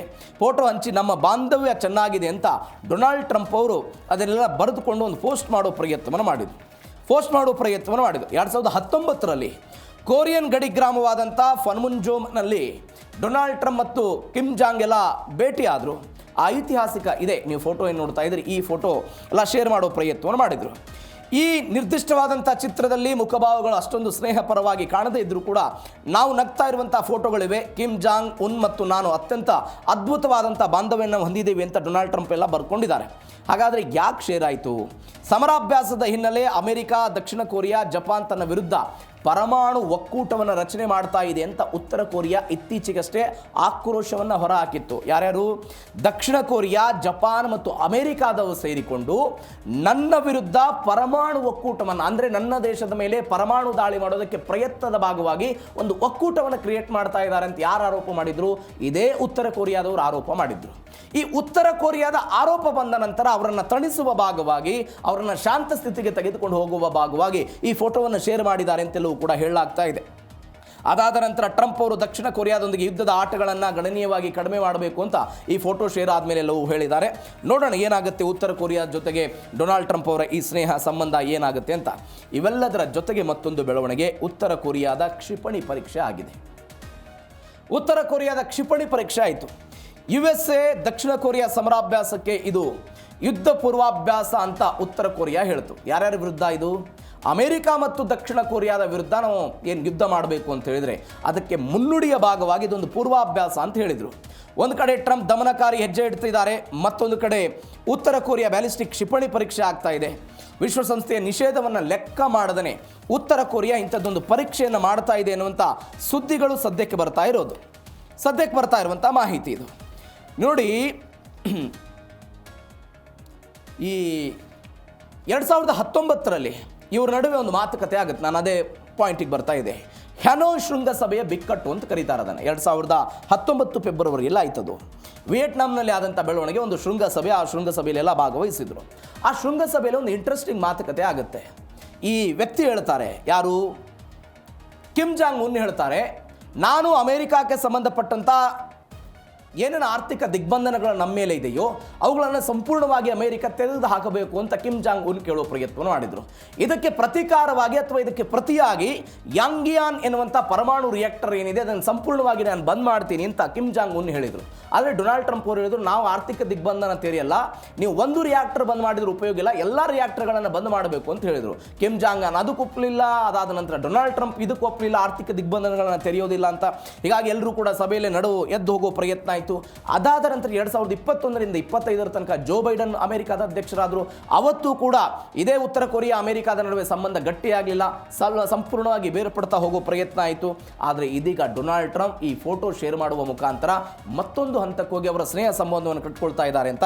ಇವೆಲ್ಲದರ ನಡುವೆ 2026ರ ಒಂದು ವರ್ಷದಲ್ಲಿ ಉತ್ತರ ಕೊರಿಯಾ 11 ಬಾರಿ ನಿಷೇಧಿತ ಬ್ಯಾಲಿಸ್ಟಿಕ್ ಕ್ಷಿಪಣಿಗಳನ್ನು ಉಡಾವಣೆ ಮಾಡಿದೆ, ಪರೀಕ್ಷೆಯನ್ನು ಮಾಡಿಕೊಂಡಿದೆ. ವಿಶ್ವಸಂಸ್ಥೆಯ ನಿಯಮಗಳ ವಿರುದ್ಧವಾಗಿ ಇಂಥದ್ದೊಂದು ಪ್ರಕ್ರಿಯೆಯನ್ನು ಮಾಡಿಕೊಂಡಿದೆ ಎನ್ನುವಂಥ ಡೀಟೇಲ್ಸ್ಗಳು ಉತ್ತರ ಕೊರಿಯಾದಿಂದ ಬರ್ತಾ ಇದೆ. ಇನ್ನು ಕೊನೆಯ ಬೆಳವಣಿಗೆ ಏನು ಅಂತ ಹೇಳಿದ್ರೆ ದಕ್ಷಿಣ ಕೊರಿಯಾದಲ್ಲಿ US ಸೇನೆ. ದಕ್ಷಿಣ ಕೊರಿಯಾದಲ್ಲಿ ಪ್ರಸ್ತುತ 28,500 ಅಮೆರಿಕನ್ ಸೇನಾ ಸಿಬ್ಬಂದಿ ಎಲ್ಲ ಬೀಡುಬಿಟ್ಟಿದ್ದಾರೆ. ಉಭಯ ಕೊರಿಯಾಗಳ ನಡುವೆ ಔಪಚಾರಿಕ ಶಾಂತಿ ಒಪ್ಪಂದ ಆಗದೇ ಇದ್ದದಕ್ಕೆ ಯುದ್ಧದ ಸ್ಥಿತಿ. ನಾನು ಅವಾಗಲೇ ಹೇಳಿದೆ 53ರಲ್ಲಿ ಏನಾಯಿತು, ಗಡಿಯನ್ನು ಮಾತ್ರ ಅದನ್ನು ನಿರ್ಧಾರ ಮಾಡುವ ಪ್ರಯತ್ನ ಆಯಿತು, ಶಾಂತಿ ಆಗಲಿಲ್ಲ. ಹೀಗಾಗಿ ಬಡದಾಟ ನಡೀತಾ ಇದೆ. ಉತ್ತರ ಕೊರಿಯಾದ ಬೆದರಿಕೆಯಿಂದ ದಕ್ಷಿಣ ಕೊರಿಯಾನ ರಕ್ಷಣೆ ಮಾಡಬೇಕು ಅನ್ನೋದು ಉದ್ದೇಶ ಇದೆ. ಶಾಂತಿ ಮಾತುಕತೆಗಾಗಿ ಉತ್ತರ ಕೊರಿಯಾಗೆ ದಕ್ಷಿಣ ಕೊರಿಯಾದಿಂದ ಅಧ್ಯಕ್ಷರು ಆಫರ್ ಕೊಟ್ಟರು. ದಕ್ಷಿಣ ಕೊರಿಯಾ ಕೂಡ ಉತ್ತರ ಕೊರಿಯಾದೊಂದಿಗೆ ನೇರ ಸಂವಾದದ ಮಾರ್ಗವನ್ನು ಹುಡುಕುವ ಪ್ರಯತ್ನವನ್ನು ಮಾಡ್ತಾ ಇದೆ. ಇವೆಲ್ಲವನ್ನು ಕೂಡ ನಾವು ಅವಾಗಲೇ ನೋಡಿದ್ವಿ. ಈ ಭಾಗವಾಗಿ ದಕ್ಷಿಣ ಕೊರಿಯಾದಲ್ಲಿ ಬೇರು ಬಿಟ್ಟಿದ್ದಂಥ ಅಮೆರಿಕಾದ ಸೇನೆ ಇದೀಗ ಹೊರಗೆ ಬರ್ತಾ ಇದೆ. ಕಾಲಕ್ರಮೇಣ ಹಂತವಾಗಿ ವಾಪಸ್ ತೆಗೆದುಕೊಳ್ಳುವ ಹಂತಕ್ಕೆ ಹೋಗ್ತಾ ಇದ್ದಾರೆ. ಇದು ಜೀ ಕನ್ನಡ ನ್ಯೂಸ್ DNA ಎರಡನೇ ಸುದ್ದಿ. ಮೂರನೇ ಸುದ್ದಿಗೆ ಹೋಗುವ ಸಮಯ. ರಷ್ಯಾ ಮತ್ತು ಉಕ್ರೇನ್ ನಡುವೆ ಆಗ್ತಾ ಇರುವಂಥ ಯುದ್ಧದ ಪರಿಸ್ಥಿತಿ. ಯಾವ ಉಕ್ರೇನ್ ಕಳೆದ ಕೆಲವು ದಿನಗಳ ಹಿಂದೆ ರಷ್ಯಾದ ತೈಲ ಟ್ಯಾಂಕರ್ಗಳನ್ನು, ರಷ್ಯಾದ ತೈಲ ಸಂಸ್ಕರಣಾ ಕೇಂದ್ರಗಳನ್ನು ಗುರಿಯಾಗಿಸಿಕೊಂಡು ದಾಳಿ ಮಾಡಿ ಒಂದು ಪ್ರದೇಶದಲ್ಲಿ ಎರಡನೇ ಮಹಾಯುದ್ಧದ ನಂತರ ರಷ್ಯಾಗೆ ಒಂದು ಏಟನ್ನು ಕೊಡೋ ಪ್ರಯತ್ನವನ್ನು ಮಾಡಿತ್ತು. ಯಾವುದರ ಮುಖಾಂತರ ಅಂತ ಹೇಳಿದ್ರೆ ಕೆಲವೊಂದಿಷ್ಟು ಕಿಲೋಮೀಟರ್ಗಳನ್ನು ತನ್ನ ಭೂಮಿ ಅಂತ ಆಕ್ರಮಿಸಿಕೊಂಡು ರಷ್ಯಾಗೆ ಏಟ್ ಕೊಡೋ ಪ್ರಯತ್ನವನ್ನು ಮಾಡಿತ್ತು. ಪುಟಿನ್ ಅವರಿಗೆ ಸಿಕ್ಕಾಪಟ್ಟೆ ಅಸಹ್ಯ ಆಗಿತ್ತು ಎನ್ನುವಂಥ ಸುದ್ದಿಗಳೆಲ್ಲ ಬಂತು. ಆದರೆ ಇದೀಗ ರಷ್ಯಾ ಅದಕ್ಕೆ ತಿರುಗೇಟು ಕೊಡೋ ಪ್ರಯತ್ನದ ಭಾಗವಾಗಿ ಒಂದು ಉಕ್ಕು ಕಾರ್ಖಾನೆಯ ಮೇಲೆ ಅಟ್ಯಾಕ್ ಆಗಿದೆ. ಆ ಉಕ್ಕು ಕಾರ್ಖಾನೆಗೂ ಮತ್ತು ಭಾರತದ ಉದ್ಯಮಿಗೂ ಕೂಡ ಸಂಬಂಧ ಇದೆ. ಏನಿದು ಸಂಬಂಧ? ಯಾಕೆ ಭಾರತದವರು ಹೋಗಿ ಏನಾದರೂ ಅಲ್ಲಿ ಉದ್ಯಮವನ್ನು ಕಟ್ಕೊಂಡಿದ್ರಾ? ಏನಾಗಿತ್ತು? ಹಾಗಾದರೆ ರಷ್ಯಾ ಮತ್ತು ಉಕ್ರೇನ್ ಯುದ್ಧದಲ್ಲಿ ಏನೆಲ್ಲ ಬೆಳವಣಿಗೆ ಆಯಿತು? ಮೂರೇ ಸ್ಟೋರಿಯಲ್ಲಿ ಡೀಟೇಲ್ ಆಗಿ ನೋಡ್ತಾ ಹೋಗೋಣ. ಲಕ್ಷ್ಮಿ ಮಿತ್ತಲ್ ಕಾರ್ಖಾನೆಗೆ ರಷ್ಯಾ ಬೆಂಕಿ ಇಟ್ಟಿದೆ. ಉಕ್ರೇನ್ ಅಧ್ಯಕ್ಷ ಜೆಲೆನ್ಸ್ಕಿ ತವರೂರಾದಂಥ ಕ್ರಿವಿ ರೀಹ್ ಎನ್ನುವಂಥ ಒಂದು ನಗರ, ಅದರ ಮೇಲೆ ಕ್ಷಿಪಣಿ ಡ್ರೋನ್ ದಾಳಿ ಆಯಿತು. ದೇಶದ ಅತಿ ದೊಡ್ಡ ಆರ್ಸೆಲರ್ ಮಿತ್ತಲ್ ಉಕ್ಕು ಸ್ಥಾವರವನ್ನು ಗುರಿಯಾಗಿಸಿಕೊಂಡು ರಷ್ಯಾದ ಸೇನೆ 95.1% ಇವ್ರದ್ದೆಲ್ಲವೂ ಕೂಡ ಅದರಲ್ಲಿ ಪಾಲಿದೆ ಅಂತ. ಉಕ್ರೇನ್ನ ಕ್ರಿವ್ರಿದ್ ನಗರದಲ್ಲಿ ಆರ್ಸೆಲರ್ ಮಿತ್ತಲ್ ಕಾರ್ಖಾನೆ ಮೇಲೆ ಗುರಿಯಾಗಿಸಿತು. ಭಾರತ ಮೂಲದ ಉದ್ಯಮಿ ಲಕ್ಷ್ಮಿ ಮಿತ್ತಲ್ ಅವರ ಉಕ್ಕು ಕಾರ್ಖಾನೆಯ ಮೇಲೆ ಇಂಥದ್ದೊಂದು ದಾಳಿಯಾಗಿದೆ. ಆಗಸ್ಟ್ 16ರ ರಾತ್ರಿ ಆಯ್ತಿದ್ದು, ಅಂದರೆ ನಿನ್ನೆ ರಾತ್ರಿ 2 ಜನ ಮೃತಪಟ್ಟಿದ್ದಾರೆ, 14 ಜನರಿಗೆ ಗಾಯ ಆಗಿದೆ. ಜೆಲೆನ್ಸ್ಕಿ ಅವರ ತವರು ನಗರ ಇದು, ಹೀಗಾಗಿ ಅಲ್ಲಿ ಏಟ್ ಕೊಡಬೇಕು ಅನ್ನುವ ಕಾರಣಕ್ಕಾಗಿ ಆಗಿದೆ ಅಂತ. ಉಕ್ರೇನ್ ರಷ್ಯಾದ ಮೇಲೆ ಡ್ರೋನ್ ದಾಳಿ ಮಾಡಿತ್ತು. ಇದಕ್ಕೆ ಪ್ರತಿಕಾರ ಎಲ್ಲವೂ ಆಯಿತು. ಹೆಂಗಿದು ಭಾರತ ಅಥವಾ ಭಾರತದ ಉದ್ಯಮಿಯ ಪಾಲಾಗಿತ್ತು ಅನ್ನೋದಕ್ಕೊಂದು ಇಂಟ್ರೆಸ್ಟಿಂಗ್ ಸ್ಟೋರಿ ಇದೆ. 1934ರಲ್ಲಿ ಸೋವಿಯತ್ ಒಕ್ಕೂಟ ಆಳ್ವಿಕೆ ನಡೆಸ್ತಾ ಇತ್ತು. ಉಕ್ರೇನ್ ಇನ್ನೂ ಪ್ರತ್ಯೇಕ ದೇಶ ಆಗಿರಲಿಲ್ಲ, ರಷ್ಯಾದ ಒಂದು ಭಾಗ ಆಗಿತ್ತು. ಆಗ ಒಂದು ಫ್ಯಾಕ್ಟ್ರಿ ಶುರುವಾಗುತ್ತೆ, ಅಂದರೆ ಒಂದು ಕಾರ್ಖಾನೆ ಶುರುವಾಗುತ್ತೆ. ಕ್ರಿವೋರಿಜಿಲ್ ಸ್ಟಾರ್ ಅಂತ ಕರೀತಾರೆ ಅದನ್ನು. ಈ ಫ್ಯಾಕ್ಟ್ರಿ ಶುರುವಾದ ನಂತರ ಇದು ಸಂಪೂರ್ಣವಾಗಿ ಉಕ್ಕನ್ನು ತಯಾರು ಮಾಡಬಲ್ಲಂತಹ ಕಾರ್ಖಾನೆ ಆಗಿತ್ತು. ಯಾವಾಗ 1991ರಲ್ಲಿ ಉಕ್ರೇನ್ ಎನ್ನುವಂಥ ಒಂದು ಪ್ರತ್ಯೇಕ ದೇಶ ಸೋವಿಯತ್ ಒಕ್ಕೂಟದಿಂದ ಪ್ರತ್ಯೇಕವಾಗಿ ಹೊರಗಡೆ ಬಂತಲ್ಲ, ಅವರು ಅವಾಗ ಏನು ಮಾಡಿಬಿಡ್ತಾರೆ ಅಂತ ಹೇಳಿದ್ರೆ 2005ರಲ್ಲಿ ಇದನ್ನು ಹರಾಜಿಗಿಡೋ ಪ್ರಯತ್ನವನ್ನು ಮಾಡಿದರು. ಯಾರು? ಉಕ್ರೇನ್ನ ಅಧ್ಯಕ್ಷರು ಅಥವಾ ಉಕ್ರೇನ್ ಸರ್ಕಾರ ಹರಾಜಿಗಿಡೋ ಪ್ರಯತ್ನ ಆಯಿತು. ಆಗ ಭಾರತ ಮೂಲದ ಲಕ್ಷ್ಮಿ ಮಿತ್ತಲ್ ಏನಿದ್ದಾರೆ ಅವರು ಹೋಗಿ ಆ ಕಂಪನಿಯನ್ನು ಖರೀದಿ ಮಾಡಿದರು. ಎಷ್ಟಕ್ಕೆ ಅಂತ ಹೇಳಿದ್ರೆ 20,000 ಕೋಟಿ ರೂಪಾಯಿ ದೊಡ್ಡ ಮೊತ್ತವನ್ನು ಕೊಟ್ಟು ಈ ಕಂಪನಿಯನ್ನು ಖರೀದಿ ಮಾಡಿದರು. ಅದಕ್ಕೆ ಹೆಸರಿಡೋ ಪ್ರಯತ್ನ ಆಯಿತು. ಅದು ಕ್ರಿವೋರಿಜಿಸ್ಟಾಲ್ ಎನ್ನುವಂಥ ಇದ್ದಿದ್ದು ಒಂದು ಕಂಪನಿ ಇದೀಗ ಲಕ್ಷ್ಮಿ ಮಿತ್ತಲ್ ಅವರ ಒಡೆತನಕ್ಕೆ ಬಂತು. ಇದೀಗ ಇದರ ಮೇಲೆ ದಾಳಿಯಾಗಿದೆ. ಮೊಟ್ಟ ಮೊದಲ ಖಂಡಿತ ಇಲ್ಲ. 2022ರ ಡಿಸೆಂಬರ್ನಲ್ಲಿ, ಅಂದರೆ ಆಗಷ್ಟೇ ರಷ್ಯಾ ಮತ್ತು ಉಕ್ರೇನ್ ನಡುವೆ ಯುದ್ಧದ ಪರಿಸ್ಥಿತಿಗಳೆಲ್ಲವೂ ಕೂಡ ಕ್ರಿಯೇಟ್ ಆಗ್ತಾ ಇದ್ದಂತಹ ಸಮಯದಲ್ಲಿ ಅವತ್ತು ಕೂಡ ದಾಳಿಯಾಗಿತ್ತು. ಒಬ್ಬರು ಮೃತಪಟ್ಟಿದ್ರು. ಇದೀಗ ಮತ್ತೊಮ್ಮೆ ದಾಳಿಯಾಗಿದೆ. ಇದೀಗ ಈ ಒಟ್ಟಾರೆ ಕಾರ್ಖಾನೆ ಏನಿದೆ ಉಕ್ರೇನ್ನ GDPಗೆ ದೊಡ್ಡ ಮಟ್ಟದ ಕೊಡುಗೆಯನ್ನು ಕೊಡುತ್ತೆ ಅಂತ. ಹೀಗಾಗಿ ಈ ಕೊಡುಗೆಯನ್ನು ಬ್ರೇಕ್ ಮಾಡಬೇಕು ಅನ್ನುವ ಕಾರಣಕ್ಕಾಗಿ ರಷ್ಯಾದವರು ಇದನ್ನು ಕೇಂದ್ರೀಕರಿಸಿಕೊಂಡು ದಾಳಿ ಮಾಡಿದ್ದಾರೆ ಏನಂತ ಸುದ್ದಿಗಳು ಬರ್ತಾ ಇದೆ. ನೋಡೋಣ ಏನಾಗುತ್ತೆ ಅಂತ. ಮತ್ತೊಂದು ಬೆಳವಣಿಗೆ ಏನು ಅಂತ ಹೇಳಿದ್ರೆ ಇದೇ ವಿಚಾರದಲ್ಲಿ ಕೈವ್ ಸೇರಿದಂತೆ ವಿವಿಧೆಡೆ ರಷ್ಯಾ ತನ್ನ ಆರ್ಭಟವನ್ನು ಮುಂದುವರಿಸಿರೋದು. ಉಕ್ರೇನ್ನ ಬೇರೆ ಬೇರೆ ಕಡೆಗಳಲ್ಲಿ ಉಕ್ರೇನ್ನ ರಾಜಧಾನಿ ಕೈವ್ ಮೇಲೆ ಬೆಳಗಿನ ಜಾವ ರಷ್ಯಾದಿಂದ ತೀವ್ರವಾದಂಥ ಕ್ಷಿಪಣಿ ದಾಳಿ ಆಯಿತು. ಕೈವ್ನ ಫುಶೈನಾ ಮೆಟ್ರೋ ನಿಲ್ದಾಣದ ಬಳಿ ಇದ್ದಂಥ ಒಂದು ಪ್ರಸಿದ್ಧ ಮಾರುಕಟ್ಟೆಯ ಒಂದು ಪುಸ್ತಕ ಮಾರುಕಟ್ಟೆ ಬೆಂಕಿಯೆಲ್ಲ ಬಿತ್ತು. ಜಾಫೋರಿಜಿಯಾ ಮತ್ತು ಸುಮಿ ಪ್ರದೇಶಗಳ ಮೇಲೂ ಕೂಡ ರಷ್ಯಾ ಸರಣಿ ದಾಳಿಯನ್ನು ಮಾಡಿತು. ಅಂದರೆ ಇತ್ತೀಚೆಗೆ ಉಕ್ರೇನ್ ಸೈನ್ಯ ಕುರ್ಸ್ಕ್ ಎನ್ನುವಂಥ ಒಂದು ಪ್ರಾಂತ್ಯದಲ್ಲಿ 100 ಚದರ ಕಿಲೋಮೀಟರನ್ನು ರಷ್ಯಾದ ಭೂಮಿಯನ್ನು ವಶಕ್ಕೆ ತೆಗೆದುಕೊಳ್ಳುವ ಪ್ರಯತ್ನ ಆಗಿತ್ತು. ನಾನು ಅವಾಗಲೇ ಹೇಳಿದೆ, ಎರಡನೇ ಮಹಾಯುದ್ಧದ ನಂತರ ರಷ್ಯಾ ಅನುಭವಿಸಿದಂಥ ಅತ್ಯಂತ ಹೀನ ಪರಿಸ್ಥಿತಿ ಅಂತೆಲ್ಲ ವಿಶ್ಲೇಷಣೆ ಆಯಿತು. ಇದಕ್ಕೆ ತದ್ವಿರುದ್ಧವಾಗಿ ಇದೀಗ ಅವರು ದಾಳಿ ಮಾಡಿದ್ದಾರೆ. ಕೈವ್ ಸೇರಿದಂತೆ ಅನೇಕ ನಗರಗಳ ಮೇಲೆ ದಾಳಿ ಆಯಿತು. ವಿದ್ಯುತ್ ಮತ್ತು ಇಂಧನ ಕೇಂದ್ರಗಳನ್ನು ಗುರಿಯಾಗಿಸಿಕೊಂಡು ದಾಳಿ ಮಾಡಿದರು. ಅಂದರೆ ಮುಂದಿನ ತಿಂಗಳಿಂದ ಈ ಕೈವ್ ಸೇರಿದಂತೆ ಉಕ್ರೇನ್ನ ಬೇರೆ ಬೇರೆ ಪ್ರದೇಶ ಚಳಿಗಾಲ ಶುರುವಾಗುತ್ತೆ. ಈ ಚಳಿಗಾಲ ಶುರುವಾದಂತಹ ಸಮಯದಲ್ಲಿ ಜನರ ಜೀವನವನ್ನು ಅಸ್ತವ್ಯಸ್ತ ಮಾಡಬೇಕು ಅಂತ ವಿದ್ಯುತ್ ಮತ್ತು ಹೀಟಿಂಗ್ ವ್ಯವಸ್ಥೆ ಏನು ಉಕ್ರೇನ್ನಲ್ಲಿತ್ತು ಆ ವ್ಯವಸ್ಥೆಯನ್ನು ಬ್ರೇಕ್ ಮಾಡಬೇಕು ಅನ್ನೋ ಕಾರಣಕ್ಕಾಗಿ ಇದೆಲ್ಲವೂ ಕೂಡ ಆಗಿದೆ ಅಂತ ಹೇಳ್ತಾ ಇದ್ದಾರೆ. ಒಂದು ಪುಸ್ತಕ ಮಳಿಗೆ ಇದು ಫ್ರುಚೈನಾ ಮೆಟ್ರೋ ಸ್ಟೇಷನ್ನ ಬಳಿ ಇತ್ತು. ಇದಕ್ಕೆ ಬೆಂಕಿ ಹಚ್ಚಿದ್ದಾರೆ. ಕಳೆದ ಕೆಲವು ದಿನಗಳಿಂದ ಬೆಂಕಿ ಬಿದ್ದಿದ್ದರ ಕಾರಣಕ್ಕಾಗಿ ಒಂದು 95 ಲಕ್ಷ ಬುಕ್ಗಳಿಗೆ ಬೆಂಕಿ ಬಿದ್ದುಬಿಟ್ಟಿದೆ, ಸುಟ್ಕೊಂಡೆಲ್ಲ ಭಸ್ಮ ಆಗಿದೆ ಅಂತಲೂ ಕೂಡ ಹೇಳ್ತಾ ಇದ್ದಾರೆ. ನೀವು ಮುಂಜಾನೆ ಮಿತ್ತಲ್ ಕಾರ್ಖಾನೆ ಮೇಲೆ ದಾಳಿ ಆಯಿತು, ಸಂಜೆ ಈ ದಾಳಿ ಆಯಿತು. ಕೈವ್ ಸೇರಿದಂತೆ ಬೇರೆ ಬೇರೆ ನಗರಗಳ ಮೇಲೆ ದಾಳಿ ಆಯಿತು. ಮೊದಲ ಹಂತದಲ್ಲಿ ಅಂದರೆ ಕಾರ್ಖಾನೆ ದಾಳಿ ಆಯಿತು. ಎರಡನೇ ಹಂತದಲ್ಲಿ ಸಂಜೆ ಆದಂಥ ದಾಳಿಯಲ್ಲಿ ಮೂಲಭೂತ ಸೌಕರ್ಯಗಳನ್ನು ಗುರಿಯಾಗಿಸಿಕೊಂಡು ದಾಳಿ ಎಲ್ಲವನ್ನೂ ಕೂಡ ಆಗಿದ್ದ ನೋಡ್ತಾ ಇದ್ದೀವಿ. ವಸತಿ ಸಮುಚ್ಚಯ ಕೇಂದ್ರೀಕರಿಸಿಕೊಂಡ್ರು, ಕೈಗಾರಿಕಾ ವಾಣಿಜ್ಯೋದ್ಯಮ ಕಟ್ಟಡಗಳನ್ನು ಗುರಿಯಾಗಿಸಿಕೊಂಡ್ರು, ಇಂಧನ ಮೂಲಭೂತ ಸೌಕರ್ಯಗಳನ್ನು ಗುರಿಯಾಗಿಸಿಕೊಂಡು ದಾಳಿ ಮಾಡೋ ಪ್ರಯತ್ನ ಆಯಿತು. ಆ ಮುಖಾಂತರ ಇಂಥದ್ದೊಂದು ಬೆಳವಣಿಗೆ ರಷ್ಯಾ ಮತ್ತು ಉಕ್ರೇನ್ ನಡುವೆ ಎರಡನೇ ಹಂತದಲ್ಲಿ ಶುರುವಾಗ್ತಾ ಇದೆ. ನೋಡೋಣ ಏನಾಗುತ್ತೆ. ಮತ್ತೊಂದು, ಮಾಸ್ಕೋ ಮೇಲೆ ಉಕ್ರೇನ್ ದಾಳಿ ಮಾಡಿದೆ. ಯಾವ ಉಕ್ರೇನ್ ರಾಜಧಾನಿ ಕೈವಾ ಮೇಲೆ ಇದೇ ರಷ್ಯಾದವರು ದಾಳಿ ಮಾಡಿದರು, ಅದಕ್ಕೆ ಪ್ರತೀಕಾರವಾಗಿ ರಷ್ಯಾದ ರಾಜಧಾನಿ ಮಾಸ್ಕೋ ಮೇಲೆ ಉಕ್ರೇನ್ನ ದಾಳಿ. ರಷ್ಯಾದ ಕೈಗಾರಿಕಾ ಮತ್ತು ಇಂಧನ ಕೇಂದ್ರಗಳನ್ನು ಗುರಿಯಾಗಿಸಿಕೊಂಡು ಉಕ್ರೇನ್ ಭಾರೀ ದಾಳಿ ಮಾಡಿತು. ಉಕ್ರೇನ್ನ 822 ಡ್ರೋನ್ಗಳನ್ನು ದೇಶದಾದ್ಯಂತ ತಡೆ ಹಿಡಿದಿದ್ದೀವಿ ಅಂತ ರಷ್ಯಾ ಇದೀಗ ಪ್ರತಿಪಾದನೆ ಮಾಡುವ ಹಂತಕ್ಕೆ ಹೋಗ್ತಾ ಇದೆ. ಆಗಸ್ಟ್ 16 ರಾತ್ರಿ ಈ ದಾಳಿ ಆಗಿದೆ. ಮಾಸ್ಕೋದ ಮೇಯರ್ ಸೆರ್ಗೈ ಸೊಕೊನ್ಯನ್ ಇವರೊಂದು ಹೇಳಿಕೆಯನ್ನು ಕೊಟ್ಟಿದ್ದಾರೆ. ಉಕ್ರೇನ್ ಏಕಕಾಲಕ್ಕೆ 600 ಡ್ರೋನ್ಗಳನ್ನು ಉಡಾವಣೆ ಮಾಡಿತು. ಏಕಕಾಲಕ್ಕೆ 600 ಡ್ರೋನ್ ಬಂತು ಮತ್ತು ಬೇರೆ ಬೇರೆ ದಿಕ್ಕುಗಳಲ್ಲಿ ಹೆಚ್ಚು ಡ್ರೋನ್ಗಳು ಬಂತು. ಅದರ ಪೈಕಿ 822 ಡ್ರೋನ್ಗಳನ್ನೆಲ್ಲ ನಾವು ಹೊಡೆದು ಬಿಟ್ಟಿದ್ದೀವಿ ಅಂತೆಲ್ಲ ಹೇಳ್ತಾ ಇದ್ದಾರೆ. ಮತ್ತೊಂದು ಬೆಳವಣಿಗೆ ಏನು ಅಂತ ಹೇಳಿದ್ರೆ, ರಷ್ಯಾದ ಅತಿ ದೊಡ್ಡ ಕಾಮರ್ಸ್ ಸಂಸ್ಥೆ ವೈಲ್ಡ್ ವರ್ಡ್ಸ್ ಎನ್ನುವಂತಹ ಒಂದು ಗೋದಾಮದು, ಆ ಗೋದಾಮಿಗೂ ಕೂಡ ಬೆಂಕಿ ಬಿದ್ದಿದೆ. ಯಾಕೆ ಈ ಗೋದಾಮನ್ನು ಟಾರ್ಗೆಟ್ ಮಾಡಿದರು? ಉಕ್ರೇನ್ ಆರೋಪ ಮಾಡ್ತಾ ಇತ್ತು, ಈ ಗೋದಾಮ್ನಲ್ಲಿ ರಷ್ಯಾದವರು ಉಕ್ರೇನ್ ವಿರುದ್ಧ ಹೋರಾಟ ಮಾಡೋದಕ್ಕೆ ಯುದ್ಧ ಸಲಕರಣೆ ಸಾಮಗ್ರಿಗಳನ್ನು, ಕ್ಷಿಪಣಿಗಳನ್ನು ಶೇಖರಣೆ ಮಾಡಿ ಇಡ್ತಾ ಇದ್ರು, ಅದನ್ನು ಬಳಕೆ ಮಾಡ್ಕೊಳ್ತಾ ಇದ್ರು. ಈ ಕಾರಣಕ್ಕಾಗಿ ಅದನ್ನು ಗುರಿಯಾಗಿಸಿಕೊಂಡು ನಾವು ದಾಳಿ ಮಾಡಿದ್ದೀವಿ ಅಂತ ಉಕ್ರೇನ್ನ ಆರೋಪ ಅಥವಾ ಉಕ್ರೇನ್ನ ಸ್ಪಷ್ಟನೆ ಇದೆ. ಇಂಥ 10 ಕೇಂದ್ರಗಳು ರಷ್ಯಾದಲ್ಲಿತ್ತಂತೆ.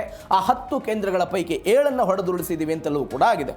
ಡ್ರೋನ್ ದಾಳಿಯಲ್ಲಿ ಒಂದು 83 ವರ್ಷದ ಒಬ್ಬ ವ್ಯಕ್ತಿ ಮೃತಪಟ್ಟಿದ್ದಾರೆ. ವಿಮಾನ ನಿಲ್ದಾಣ ಬಂದ್ ಮಾಡುವ ಹಂತಕ್ಕೆಲ್ಲ ಹೋಗ್ತಾ ಇದೆ. ಉಕ್ರೇನ್ ಏನು ಮಾಡ್ತಾ ಇದೆ ಅಂತ ಹೇಳಿದ್ರೆ, ಈಗ ಅಮೆರಿಕಾವನ್ನು ನಂಬೋದು, ನ್ಯಾಟೋ ದೇಶಗಳನ್ನು ನಂಬೋದು, ಬೇರೆ ಬೇರೆ ದೇಶಗಳನ್ನು ನಂಬೋದು ಬೇಡ ಅನ್ನುವ ಹಂತಕ್ಕೆ ಹೋಗಿ ಇವತ್ತು ಏನು ಮಾಡ್ತಿದ್ದಾರೆ, ಅವರು ತಾವೇ ಸ್ವಾವಲಂಬಿಯಾಗಿ ಒಂದು 2400 ಕಿಲೋಮೀಟರ್ ವ್ಯಾಪ್ತಿಯಲ್ಲಿ ಹೋಗಬಹುದು ಅಂತ ಒಂದು ಕ್ಷಿಪಣಿಯನ್ನು ತಯಾರು ಮಾಡಿಕೊಂಡು ಅದರ ಮುಖಾಂತರ ಯಾರ ವಿರುದ್ಧ ಹೋರಾಟ ಮಾಡ್ತಿದ್ದಾರೆ? ರಷ್ಯಾದ ವಿರುದ್ಧ ಹೋರಾಟ ಮಾಡ್ತಿದ್ದಾರೆ ಅನ್ನುವಂಥ ಡೀಟೇಲ್ಸ್ ಇದೆ. ಮತ್ತೊಂದು ಕಡೆ ನೆರೆ ದೇಶಗಳಿಗೂ ಕೂಡ, ನೆರೆ ರಾಷ್ಟ್ರಗಳಿಗೆ ಯುದ್ಧದ ಬಿಸಿ ತಟ್ಟಿರೋದು. ಈ ನೋಡಿ ಹೆಂಗೆ ಇರಾನ್ ಮತ್ತು ಅಮೆರಿಕದ ನಡುವೆ ಯುದ್ಧ ಆದರೆ ಬೇರೆ ಬೇರೆ ದೇಶಗಳಿಗಾಯ್ತಲ್ಲ, ಅದು ಹಾಗೆ ಆಗಿದೆ.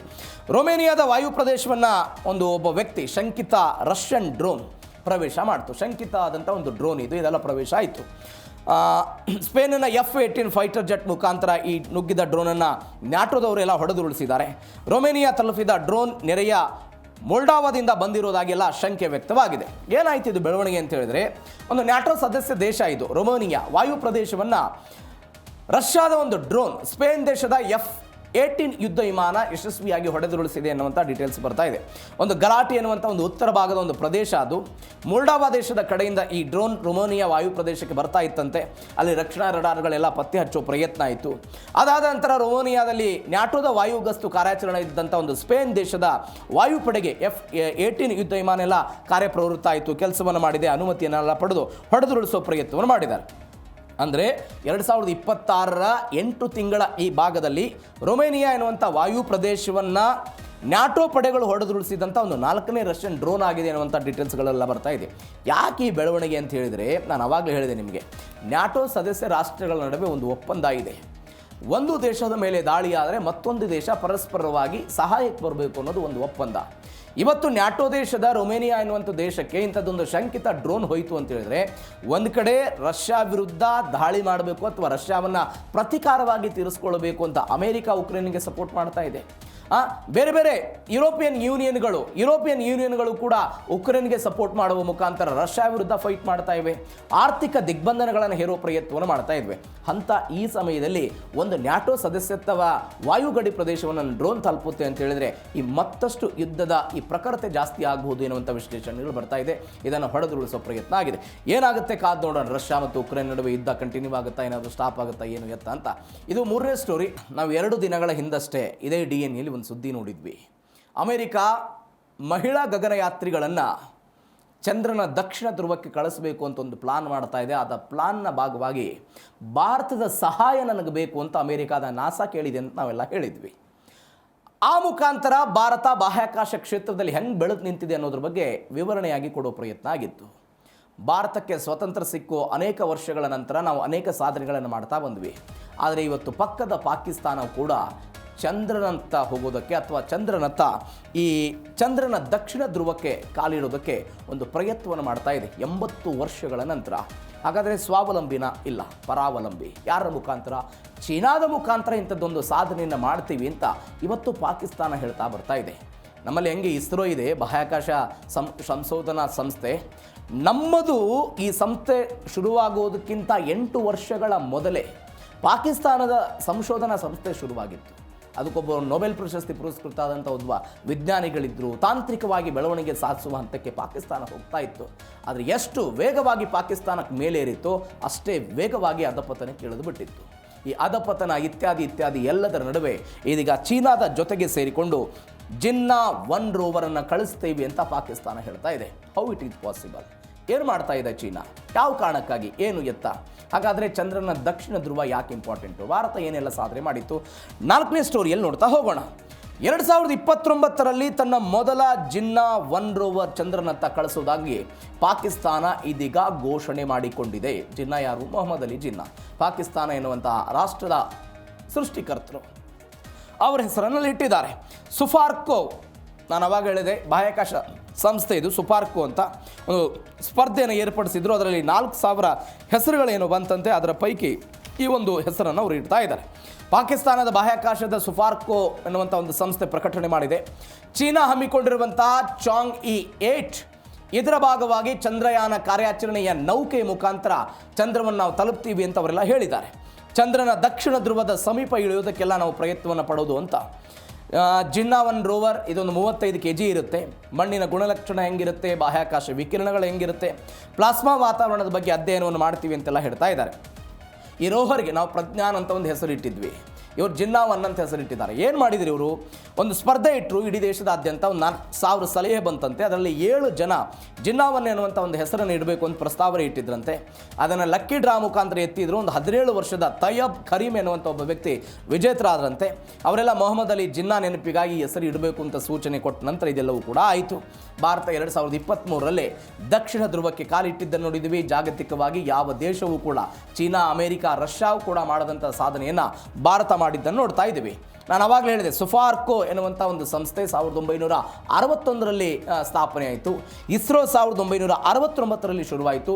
8 ವರ್ಷಗಳ ಕಾಲ ಡಿಫ್ರೆನ್ಸ್ ಇದ್ದಾಗಲೂ ಕೂಡ ಭಾರತ ಅದ್ಭುತವಾಗಿ ಸಾಧನೆಯನ್ನು ಮಾಡಿದ್ದೇವೆ. ಅದು PSLV ಆಗಿರ್ಬೋದು, ಮಂಗಳಯಾನ ಆಗಿರ್ಬೋದು, ಚಂದ್ರಯಾನ ಆಗಿರ್ಬೋದು, ಬಾಹ್ಯಾಕಾಶಕ್ಕೆ ಸಂಬಂಧಪಟ್ಟಂಥ ಎಲ್ಲ ಡೆವಲಪ್ಮೆಂಟ್ಗಳನ್ನು ಭಾರತ ನೋಡ್ತಾ ಇದ್ದೀವಿ. ಬಟ್ 80 ವರ್ಷಗಳ ನಂತರ ಇವತ್ತು ಪಾಕಿಸ್ತಾನ ಇಂತಕ್ಕೆ ಹೋಗ್ತಾ ಇದೆ. ಒಬ್ಬರು ಅಲ್ಲಿ ವಿಜ್ಞಾನಿ ಇದ್ದರು ಪಾಕಿಸ್ತಾನದಲ್ಲಿ, ಅಬ್ದುಲ್ ಸಲಾಂ ಎನ್ನುವಂಥ ಒಬ್ಬ ವ್ಯಕ್ತಿ. ಈ ವ್ಯಕ್ತಿ ಏನು ಮಾಡಿಬಿಡ್ತಾರೆ ಅಂತ ಹೇಳಿದ್ರೆ ಅದ್ಭುತವಾಗಿ ಕೆಲಸವನ್ನು ಮಾಡ್ತಾ ಇದ್ರು. ಆದರೆ ಪಾಕಿಸ್ತಾನದಲ್ಲಿ ಈ ಸುಫಾರ್ಕೋ ಎನ್ನುವಂಥ ಒಂದು ಸಂಸ್ಥೆಯನ್ನು ಕೂಡ ಸೇನೆ ತನ್ನ ಹಿಡಿತಕ್ಕೆ ತೆಗೆದುಕೊಳ್ಳುವ ಪ್ರಯತ್ನ ಆಯಿತು. ಆರ್ಥಿಕವಾಗಿ ಅಸ್ಥಿರಗಳೆಲ್ಲ ಕೂಡ ಕ್ರಿಯೇಟ್ ಆಯಿತು. ರಾಜಕೀಯವಾಗಿ ಅರಾಜಕತೆ ಪಾಕಿಸ್ತಾನದಲ್ಲಿ ಕ್ರಿಯೇಟ್ ಆಯಿತು. ಎಲ್ಲದರ ಭಾಗವಾಗಿ 80 ವರ್ಷಗಳಿಂದ ಪಾಕಿಸ್ತಾನಕ್ಕೆ ಏನೂ ಮಾಡೋದಕ್ಕೆ ಸಾಧ್ಯ ಆಗಿರಲಿಲ್ಲ. ಆದರೆ ಮೊಟ್ಟ ಮೊದಲ ಬಾರಿಗೆ ಇಂಥದ್ದೊಂದು ಪ್ರಕಟಣೆಯನ್ನು ಸುಫಾರ್ಕೋ ಘೋಷಣೆ ಮಾಡಿದೆ. ಎಷ್ಟು ಯಶಸ್ವಿಯಾಗುತ್ತೆ, ಏನಾಗುತ್ತೆ ನೋಡೋಣ. ಮತ್ತೊಂದು ಬೆಳವಣಿಗೆ, ಪಾಕಿಸ್ತಾನಕ್ಕೆ ಚೀನಾ ಸಹಭಾಗಿತ್ವವನ್ನು ಕೊಡ್ತಾ ಇರೋದು. ಚೀನಾದ ಸಹಭಾಗಿತ್ವ, ಪಾಕಿಸ್ತಾನಕ್ಕೆ ಚೀನಾದ ಚಾಂಗ್-E-18 ಎನ್ನುವಂಥ ಮಿಷನ್ ಸಹಯೋಗ ಮಾಡ್ತಾ ಇದೆ. ಅಂದರೆ 2028-29 ಅವಧಿಯಲ್ಲಿ 2024ರಲ್ಲಿ ಸುಫಾರ್ಕೋ ಸಂಸ್ಥೆ ಚೀನಾದ ಜೊತೆಗೆ ಒಪ್ಪಂದ ಮಾಡಿಕೊಂಡಿದೆ. 29ರಲ್ಲಿ ಉಡಾವಣೆ ಆಗುತ್ತೆ. ಚೀನಾದಿಂದ ಲ್ಯಾಂಡರ್ ಬರುತ್ತೆ. ಫಾಕ್ ಎಂಜಿನಿಯರ್ಗಳಿಂದ 35 kg ತೂಕದ ರೋವರ್, ನಾನು ಆವಾಗಲೇ ಹೇಳಿದೆ ಜಿನ್ನಾ-1 ಏನಿದೆ ಅದನ್ನು ಅವರು ತಯಾರು ಮಾಡಿ ಅದನ್ನು ಕಳಿಸುವಂಥ ಪ್ರಯತ್ನಗಳಾಗುತ್ತೆ. ಚಾಂಗ್-E-8 ಅಂತ 2028-29 ಅವಧಿಯಲ್ಲಿ ನಾನು ಅವಾಗ ಹೇಳಿದೆ ಇದರ ಕೆಲಸ ಏನು? ದಕ್ಷಿಣ ಧ್ರುವ, ನೀರಿನ ಮಂಜುಗಡ್ಡೆ, ಖನಿಜಗಳನ್ನು ಪತ್ತೆ ಮಾಡೋದು, ಚಂದ್ರನ ಮೇಲಿರುವಂಥ ಮಣ್ಣನ್ನು ಬಳಸಿ ಅಲ್ಲಿಯೇ ಒಂದು ಇಟ್ಟಿಗೆಯನ್ನು ತಯಾರು ಮಾಡಬೇಕು ಅನ್ನುವಂಥ ಆಲೋಚನೆಯು ಕೂಡ ಚೀನಾದಲ್ಲಿದೆ ಅಂತೆ. ಅಲ್ಲೊಂದು ಇಟ್ಟಿಗೆಯನ್ನು ತಯಾರು ಮಾಡಬೇಕು, ಅಲ್ಲೊಂದು 3D ಬೇಸ್ಡ್ ಆದಂಥ ಒಂದು ಮಾನವನ ಒಂದು ಬೇಸ್ಮೆಂಟನ್ನು ಕ್ರಿಯೇಟ್ ಮಾಡಬೇಕು ಅನ್ನುವಂಥ ಆಲೋಚನೆಯು ಕೂಡ ಚೀನಾಕ್ಕಿದೆ ಅಂತೆ. ಅದರ ಭಾಗವಾಗಿ ಈ ಉಡಾವಣೆ ಆಗುತ್ತೆ. ಇದರಲ್ಲಿ ಪಾಕಿಸ್ತಾನ ಭಾಗವಹಿಸ್ತಾ ಇದೆ. ನೀವು ಚೀನಾ ಪುರಾಣದ ಪ್ರಕಾರ ಚಂದ್ರನ ದೇವತೆ ಚಾಂಗ್ ಇ ಅಂತ ಕರೀತಾರೆ. ಅದರ ಭಾಗವಾಗಿ ಇದನ್ನು ಹೆಸರಿಟ್ಟಿದ್ದಾರೆ. ಇದು ಮೊಟ್ಟ ಮೊದಲ ಬಾರಿಗೆ ಇಲ್ಲ. ಚಾಂಗ್ ಇ 1 ಅಂತ 2007ರಲ್ಲಿ ಇದನ್ನು ತೆಗೆದುಕೊಳ್ಳುವ ಪ್ರಯತ್ನ ಆಯಿತು. ಮೊದಲ ಬಾರಿಗೆ ಉಡಾವಣೆ ಮಾಡಿದರು. ಕಲ್ಲು ಸೇರಿದಂತೆ ಬೇರೆ ಬೇರೆ ವಸ್ತುಗಳು ಇದೆ ಅನ್ನೋದನ್ನು ಇದರ ಮೊದಲ ಹಂತದಲ್ಲಿ ಪತ್ತೆ ಆಯಿತು. ಚಾಂಗ್ ಇ 3 2013ರಿಂದ 19 ಚಂದ್ರನ ಮೇಲೆ ರೋವರನ್ನು ಇಳಿಸೋದಕ್ಕೆ ಸಾಧ್ಯ ಆಯಿತು. ಚಾಂಗ್ ಇ ಅದರ ಮುಖಾಂತರ ಚಂದ್ರನ ಹಿಂಭಾಗದಲ್ಲಿ ಇಳಿದಂಥ ವಿಶ್ವದ ಮೊದಲ ನೌಕೆ ಎನ್ನುವಂಥ ಹೆಗ್ಗಳಿಕೆಗೆ ಚೀನಾ ಪಾತ್ರ ಆಯಿತು. ಚಾಂಗ್ ಇ 5 ಮತ್ತು ಇ 6 ಎನ್ನುವಂಥದ್ದು 2020ರಿಂದ 24ರ ಅವಧಿಯಲ್ಲಿ ಆಯಿತು. ಚಂದ್ರನ ಮೇಲಿನ ಮಣ್ಣು, ಕಲ್ಲು ಮೊದಲಾದವುಗಳನ್ನು ಪತ್ತೆ ಹಚ್ಚೋ ಪ್ರಯತ್ನ ಆಯಿತು. ಚಾಂಗ್ 7 ಮತ್ತು 8 ದಕ್ಷಿಣ ಧ್ರುವವನ್ನು ತಲುಪುವ ಹಂತಕ್ಕೆ ಇವರೆಲ್ಲ ಹೋಗ್ತಾ ಇದ್ದಾರೆ. ನೋಡಿ, ಪಾಕಿಸ್ತಾನ ತನ್ನ ಮೊಟ್ಟ ಮೊದಲ ಕೃತಕ ಉಪಗ್ರಹ ಭದ್ರ 1 ಅಂತ ಇದನ್ನು 1990ರಲ್ಲಿ ಅವರು ಇದೇ ಚೀನಾದ ಮುಖಾಂತರ ಈ ರಾಕೆಟನ್ನು ಉಡಾವಣೆ ಮಾಡಿದರು. ಅಲ್ಲಿಂದ ಶುರುವಾಯಿತು ಚೀನಾ ಮತ್ತು ಪಾಕಿಸ್ತಾನದ ಈ ಬಾಹ್ಯಾಕಾಶ ಅಧ್ಯಯನ. ಅದಾದ ನಂತರ 2024ರಲ್ಲಿ ಒಂದು ಸಣ್ಣ ಪುಟ್ಟ ಈ ಉಪಗ್ರಹಗಳನ್ನು ಕಳಿಸೋ ಪ್ರಯತ್ನ ಆಗಿತ್ತು. ಅದು ಕೂಡ ಚೀನಾದಿಂದ ಆಗಿತ್ತು. ಇದೀಗ ಒನ್ಸ್ ಅಗೇನ್ ಆಗ್ತಾ ಇದೆ. ನೀವು ನೋಡಿ, ಕ್ವಿಕ್ ಆಗಿ ನೋಡ್ಬಿಡೋಣ. ಜಾಗತಿಕವಾಗಿ 2 ಬಣ ಇದೆ ಬಾಹ್ಯಾಕಾಶ ವಿಚಾರಕ್ಕೆ. ಯಾವ್ಯಾವ ಬಣ? ಅಮೆರಿಕ ನೇತೃತ್ವದಲ್ಲಿ ಅಲ್ಟಮಿಸ್ ಎನ್ನುವಂಥ ಒಂದು ಒಪ್ಪಂದ ಆಗಿದೆ. ಅದಕ್ಕೆ ಭಾರತವು ಕೂಡ ಸಹಿ ಹಾಕಿದೆ. ಮತ್ತೊಂದು ಕಡೆ ಚೀನಾ ಮತ್ತು ರಷ್ಯಾದ ನಡುವೆ ಒಂದು ಬಾಹ್ಯಾಕಾಶದಲ್ಲಿ ಅಮೆರಿಕವನ್ನು ಮಣಿಸಬೇಕು ಅಂತ ಮತ್ತೊಂದು ಪಡೆ ಸಜ್ಜಾಗಿ ನಿಂತಿದೆ. ಆ ಮತ್ತೊಂದು ಪಡೆ ಯಾರು ಸಪೋರ್ಟ್ ಮಾಡ್ತಿದ್ದಾರೆ? ಇವತ್ತು ರಷ್ಯಾ ಮತ್ತು ಚೀನಾಕ್ಕೆ ಯಾರು ಸಪೋರ್ಟ್ ಮಾಡ್ತಿರೋದು? ಪಾಕಿಸ್ತಾನ ಸಪೋರ್ಟ್ ಮಾಡ್ತಾ ಇದೆ. ಆ ಮುಖಾಂತರ ಇಂಥದ್ದೊಂದು ಒಪ್ಪಂದ ಅವರ ಜೊತೆಗೆ ಆಗಿದೆ. ಮತ್ತೊಂದು ಬೆಳವಣಿಗೆ ಏನು ಅಂತ ಹೇಳಿದ್ರೆ, ಜಿನ್ನಾ 1 ರೋವರ್ನ ಸಾಮರ್ಥ್ಯ ಏನು? ನಮ್ಮಲ್ಲಿ ಪ್ರಜ್ಞಾನ್ ರೋವರ್ ಇತ್ತು, ಅದರ ಸಾಮರ್ಥ್ಯ ಏನು ಎತ್ತ ಅನ್ನೋದ್ರ ಬಗ್ಗೆ ನಾನು ಹೇಳ್ತೀನಿ ಆಮೇಲೆ. ಇದರ ಸಾಮರ್ಥ್ಯ ಏನು? ಚಂದ್ರನ ಮಣ್ಣಿನ ಭೌತಿಕ ಗುಣಲಕ್ಷಣವನ್ನು ಪರೀಕ್ಷೆ ಮಾಡುವುದಕ್ಕೆ ರೋವರ್ನಲ್ಲಿ ಟೈರಿನ್ ಟೆಸ್ಟಿಂಗ್ ಇನ್ಸ್ಟ್ರೂಮೆಂಟ್ ಇರುತ್ತೆ. ಚಂದ್ರನ ಮೇಲ್ಮೈನಲ್ಲಿರುವಂಥ ಅಪಾಯಕಾರಿ ವಿಕಿರಣ, ಪ್ಲಾಸ್ಮಾ ಪ್ರಮಾಣ ಅಳೆಯುವಂಥ ಸಾಧನ ಇರುತ್ತೆ. ಚಂದ್ರನ ದಕ್ಷಿಣ ಧ್ರುವದ ಭೂನಕ್ಷೆ ಅಳೆಯೋದಕ್ಕೆ ಸಾಧ್ಯ ಆಗುತ್ತೆ. ಅಲ್ಲಿನ ಮೇಲ್ಮೈ ವಾತಾವರಣದ ಡಾಟಾವನ್ನು ಕೂಡ ಸಂಗ್ರಹ ಮಾಡೋದಕ್ಕೆ. ನೋಡಿ, ವೈಜ್ಞಾನಿಕ ಉಪಕರಣಗಳು 3 ರೀತಿಯಾಗಿ ವಿಂಗಡಣೆ ಮಾಡ್ತಾರೆ ಇದನ್ನು. ವೈಜ್ಞಾನಿಕ ಉಪಕರಣಗಳು ಮತ್ತು ಫೆಲೋಡ್ಗಳು ಅಂತ. ಇದರಲ್ಲಿ ಅಧ್ಯಯನ ಮಾಡೋದಕ್ಕೆ 3 ಉಪಕರಣ. ಟೈರಿನ್ ಟೆಸ್ಟಿಂಗ್ ಇನ್ಸ್ಟ್ರೂಮೆಂಟ್ ಅಂತ. ಇದು ಮಣ್ಣಿನ ಭೌತಿಕತೆ, ರಾಸಾಯನಿಕ ಗುಣಗಳನ್ನು ಅತ್ಯಂತವಾಗಿ ವಿಶ್ಲೇಷಣೆ ಮಾಡೋದಕ್ಕೆ ಸಾಮರ್ಥ್ಯ ಹೊಂದಿದೆ. ವಿಕಿರಣ ಸಂವೇದಕಗಳಿರುತ್ತೆ. ಅಂದರೆ ಬಾಹ್ಯಾಕಾಶ ವಿಕಿರಣಗಳ ತೀವ್ರತೆಯನ್ನು ಇದು ಅಳೆಯೋದಕ್ಕೆ ಸಹಾಯ ಆಗುತ್ತೆ. ಮಾನವರು ಚಂದ್ರನ ಮೇಲೆ ನೆಲೆಸೋದಕ್ಕೆ ಎಷ್ಟು ಸುರಕ್ಷಿತವಾಗಿರುತ್ತೆ, ಅಲ್ಲಿಯ ವಾತಾವರಣ ಏನು ಎತ್ತ, ಇದನ್ನು ಈ ಜಿನ್ನಾ 1 ರೋವರ್ನಲ್ಲಿ ಅಳವಡಿಸಲಾಗಿದೆ. ಪ್ಲಾಸ್ಮಾ ಸಂವೇದಕಗಳಿದೆ ಇದರಲ್ಲಿ. ಚಂದ್ರನ ತೆಳುವಾದಂಥ ವಾತಾವರಣದಲ್ಲಿರುವಂಥ ಪ್ಲಾಸ್ಮಾ ಕಣಗಳ ಸ್ಥಿತಿ ಹೆಂಗಿದೆ, ಸೂರ್ಯನ ಕಿರಣಗಳಿಂದ ಅಲ್ಲಿ ಉಂಟಾಗಬಹುದಾದಂಥ ಬದಲಾವಣೆಗಳೇನು, ಇದನ್ನು ಕೂಡ ಅಲ್ಲಿ ಅಧ್ಯಯನ ಮಾಡೋದಕ್ಕೆ ಸಾಧ್ಯ ಆಗುತ್ತೆ. ಮತ್ತೊಂದು ಕಡೆ ತಾಂತ್ರಿಕವಾಗಿ ರಿಮೋಟ್ ಕಂಟ್ರೋಲ್ ಕಾರ್ಯಾಚರಣೆ ಇದೆ. ಅದಾದ ನಂತರ ಚಂದ್ರನ ದಕ್ಷಿಣ ಧ್ರುವ ಅತ್ಯಂತ ಕಡಿದಾದದ್ದು, ಅತ್ಯಂತ ಕತ್ತಲೆ ಇರುವಂಥ ಪ್ರದೇಶ, ಅದನ್ನು ಹೆಂಗಿರುತ್ತೆ ಏನು ಎತ್ತ ಅದನ್ನು ಅಳಿಯೋದಕ್ಕೂ ಕೂಡ ಇದು ಸಹಾಯ ಆಗುತ್ತೆ ಅಂತ. ಇದು ಒಂದು ಬೆಳವಣಿಗೆ. ಮತ್ತೊಂದು ಕಡೆ ಚಂದ್ರನ ದಕ್ಷಿಣ ಧ್ರುವದ ಮಹತ್ವ ಏನು, ಯಾಕಿದು ಇಂಪಾರ್ಟೆಂಟು? ಚಂದ್ರನ ದಕ್ಷಿಣ ಧ್ರುವ ಆಳವಾಗಿ ಕಂದಕವುಳ್ಳಂಥ ಅತ್ಯಂತ ಕಠಿಣ ಭೂಪ್ರದೇಶ. ಇದು ಸಂಶೋಧನೆಗೆ ಸವಾಲಿನ ಕ್ಷೇತ್ರ ಇದೆ. ಈ ಪ್ರದೇಶದ ಕಾಯಂ ಕತ್ತಲೆಯಿಂದ ಅಲ್ಲಿ ಕಂದಕಗಳಲ್ಲಿ ನೀರಿನ ಮಂಜುಗಡ್ಡೆ ಆಕರ್ಷಣೆ ಆಗಿದೆ. ನಾಸಾ ತನ್ನ ಆರ್ಟೆಮಿಸ್ 4ನ ಯೋಜನೆಯಡಿ 2028ರ ವೇಳೆಗೆ ದಕ್ಷಿಣ ಧ್ರುವಕ್ಕೆ ಗಗನಯಾನಿಗಳನ್ನು ಇಳಿಸೋದಕ್ಕೆ ಆಲೋಚನೆ ಮಾಡಿದೆ ಅಂತ ನಾನು ಆವಾಗಲೇ ಹೇಳಿದೆ. ನೀರಿನ ಮಂಜುಗಡ್ಡೆ ನಿಕ್ಷೇಪ ಇದೆ. ಅದಾದ ನಂತರ ಭವಿಷ್ಯದ ಇಂಧನವಾಗಿ ಇಲ್ಲಿಯ ಕತ್ತಲೆಯ ಹಳ್ಳಗಳಲ್ಲಿ ಕೋಟ್ಯಾಂತರ ಟನ್ ಹರಳುಗಟ್ಟಿದ ನೀರಿನ ಮಂಜುಗಡ್ಡೆ ಇದೆ. ಅದನ್ನು ಹೈಡ್ರೋಜನ್ ಸಪ್ರೇಟ್ ಮಾಡಿ, ಅದಾದ ನಂತರ ಆಕ್ಸಿಜನ್ ಅನ್ನು ಬೇರ್ಪಡಿಸಿ ರಾಕೆಟ್ ಇಂಧನವಾಗಿ ಬಳಸ್ಕೊಳ್ಬೇಕು ಅಂತ ಅಮೆರಿಕಾದ ಆಲೋಚನೆ ಇದೆ. ಇದ್ರ ಬಗ್ಗೆ ನಾವು ಮೊನ್ನೆ ನೋಡಿದ್ವಿ. ಒಂದು ರೀತಿಯಾಗಿ ಪೆಟ್ರೋಲ್ ಬಂಕ್ ಅಂತ ನೋಡ್ಕೊಳ್ಳೋದು. ಮಾನವ ಸಹಿತ ಮಂಗಳಯಾನವನ್ನು ಮಾಡೋದಕ್ಕೆ ಒಂದು ಬೇಸ್ಮೆಂಟ್ ಆಗಿ ಇದನ್ನು ತೆಗೆದುಕೊಳ್ಳುವ ಹಂತಕ್ಕೆ ಇದನ್ನೆಲ್ಲ ಪ್ರಯತ್ನವನ್ನು ಮಾಡ್ತಿದ್ದಾರೆ. ಹೀಗಾಗಿ ಚಂದ್ರನ ದಕ್ಷಿಣ ಧ್ರುವವನ್ನು ಟಾರ್ಗೆಟ್ ಮಾಡಲಾಗ್ತಾ ಇದೆ. ಮತ್ತೊಂದು ಭಾರತದ 2023ರ ಚಂದ್ರಯಾನ 3 ಕತೆ. ಆಗಸ್ಟ್ 2023ರಂದು ಭಾರತ ಈ ಸಾಧನೆಯನ್ನು ಮಾಡಿತ್ತು. ಚಂದ್ರನ ದಕ್ಷಿಣ ಧ್ರುವವನ್ನು ತಲುಪಿದಂಥ ವಿಶ್ವದ ಮೊದಲ ದೇಶ ಎನ್ನುವಂತಹ ಖ್ಯಾತಿಗೆ ಭಾರತ ಪಾತ್ರ ಆಗಿತ್ತು. ಭಾರತದ ಪ್ರಜ್ಞಾನ್ ರೋವರ್ ಯಶಸ್ವಿಯಾಗಿ ಸಂಚಾರ ಮಾಡಿತ್ತು. ಇದ್ರ ಬಗ್ಗೆ ನಾವು ನೋಡಿದ್ವಿ. ಲೂನಾ 25 ನೌಕೆ ದಕ್ಷಿಣ ಧ್ರುವದಲ್ಲಿ ಇಳಿಯುವಾಗ ಪತನ ಆಗಿತ್ತು, ವಿಫಲ ಆಗಿತ್ತು ರಷ್ಯಾದ್ದು. ಭಾರತದ ಬಾಹ್ಯಾಕಾಶ ಯಶಸ್ಸಿನ 2 ದಶಕಗಳ ನಂತರ ಚೀನಾದ ಸಹಾಯವನ್ನು ಪಡೆದು ಇವತ್ತು ಪಾಕಿಸ್ತಾನ ಇಂಥದ್ದೊಂದು ಪ್ರಯತ್ನವನ್ನು ಮಾಡ್ತಾ ಇದೆ ಅಂತ. ನಿಮಗೆ 1960ರ ದಶಕದಲ್ಲಿ ಭಾರತ ತನ್ನ ಸೌಂಡ್ ರಾಕೆಟ್ನನ್ನು ಉಡಾವಣೆ ಮಾಡಬೇಕು ಅಂತ ಹೇಳಿದ್ರೆ ಸೈಕಲ್ ಮತ್ತು ಚಕ್ಕಡಿ ಮುಖಾಂತರ ತೆಗೆದುಕೊಂಡು ಹೋಗ್ತಾ ಇತ್ತಂತೆ ಭಾರತ. ಅದನ್ನು ಜಾಗತಿಕ ಮಾಧ್ಯಮಗಳು ಟೀಕೆ ಮಾಡಿದ್ವಂತೆ. ನೋಡಿ, ಬಾಹ್ಯಾಕಾಶದಲ್ಲಿ ಅಭಿವೃದ್ಧಿಯನ್ನು ಸಾಧಿಸೋದಕ್ಕೆ ಸಾಧ್ಯವಿಲ್ಲದಂಥ ದೇಶ ಭಾರತ ಅಂತ. ಬಟ್ ಜಾಗತಿಕವಾಗಿ ಯಾರೂ ಕೂಡ ಸಾಧನೆ ಮಾಡದಂತಹ ದೇಶವಾಗಿ, ಅಂದರೆ ಸಾಧನೆ ಮಾಡಿದ್ದನ್ನು 2023ರಲ್ಲಿ ಭಾರತ ಮಾಡಿದೆ. ಈಗ ಪಾಕಿಸ್ತಾನ ಅದನ್ನು ಪ್ರಕಟಣೆ ಮಾಡಿದೆ. ಎಷ್ಟರ ಮಟ್ಟಿಗೆ ಯಶಸ್ವಿ ಆಗುತ್ತೆ, ಏನಾಗುತ್ತೆ ಕಾದು ನೋಡೋಣ. ಇದು 4ನೇ ಸುದ್ದಿ. ಇನ್ನು ಕೊನೆಯ ಸುದ್ದಿ, ಹಿಂದೂ ಮಹಾಸಾಗರದಲ್ಲಿ ಒಂದು ಡ್ರ್ಯಾಗನ್ ರಾಷ್ಟ್ರ ಚೀನಾವನ್ನು ಕಟ್ಟಿ ಹಾಕಬೇಕು ಅನ್ನೋ ಪ್ರಯತ್ನ. ಅದು ಬ್ರಿಕ್ಸ್ ಒಕ್ಕೂಟನೂ ಕೂಡ ಮಾಡ್ತಾ ಇದೆ, ಭಾರತ ಸೇರಿದಂತೆ ಅಮೆರಿಕವೂ ಕೂಡ ಮಾಡ್ತಾ ಇದೆ. ಇದರ ಭಾಗವಾಗಿ ಒಂದು ಜರ್ಮನಿಯ ಜೊತೆಗೆ ಒಂದು 70,000 ಕೋಟಿ ರೂಪಾಯಿ ಒಪ್ಪಂದವನ್ನು ಭಾರತ ಮಾಡಿಕೊಳ್ತಾ ಇದೆ.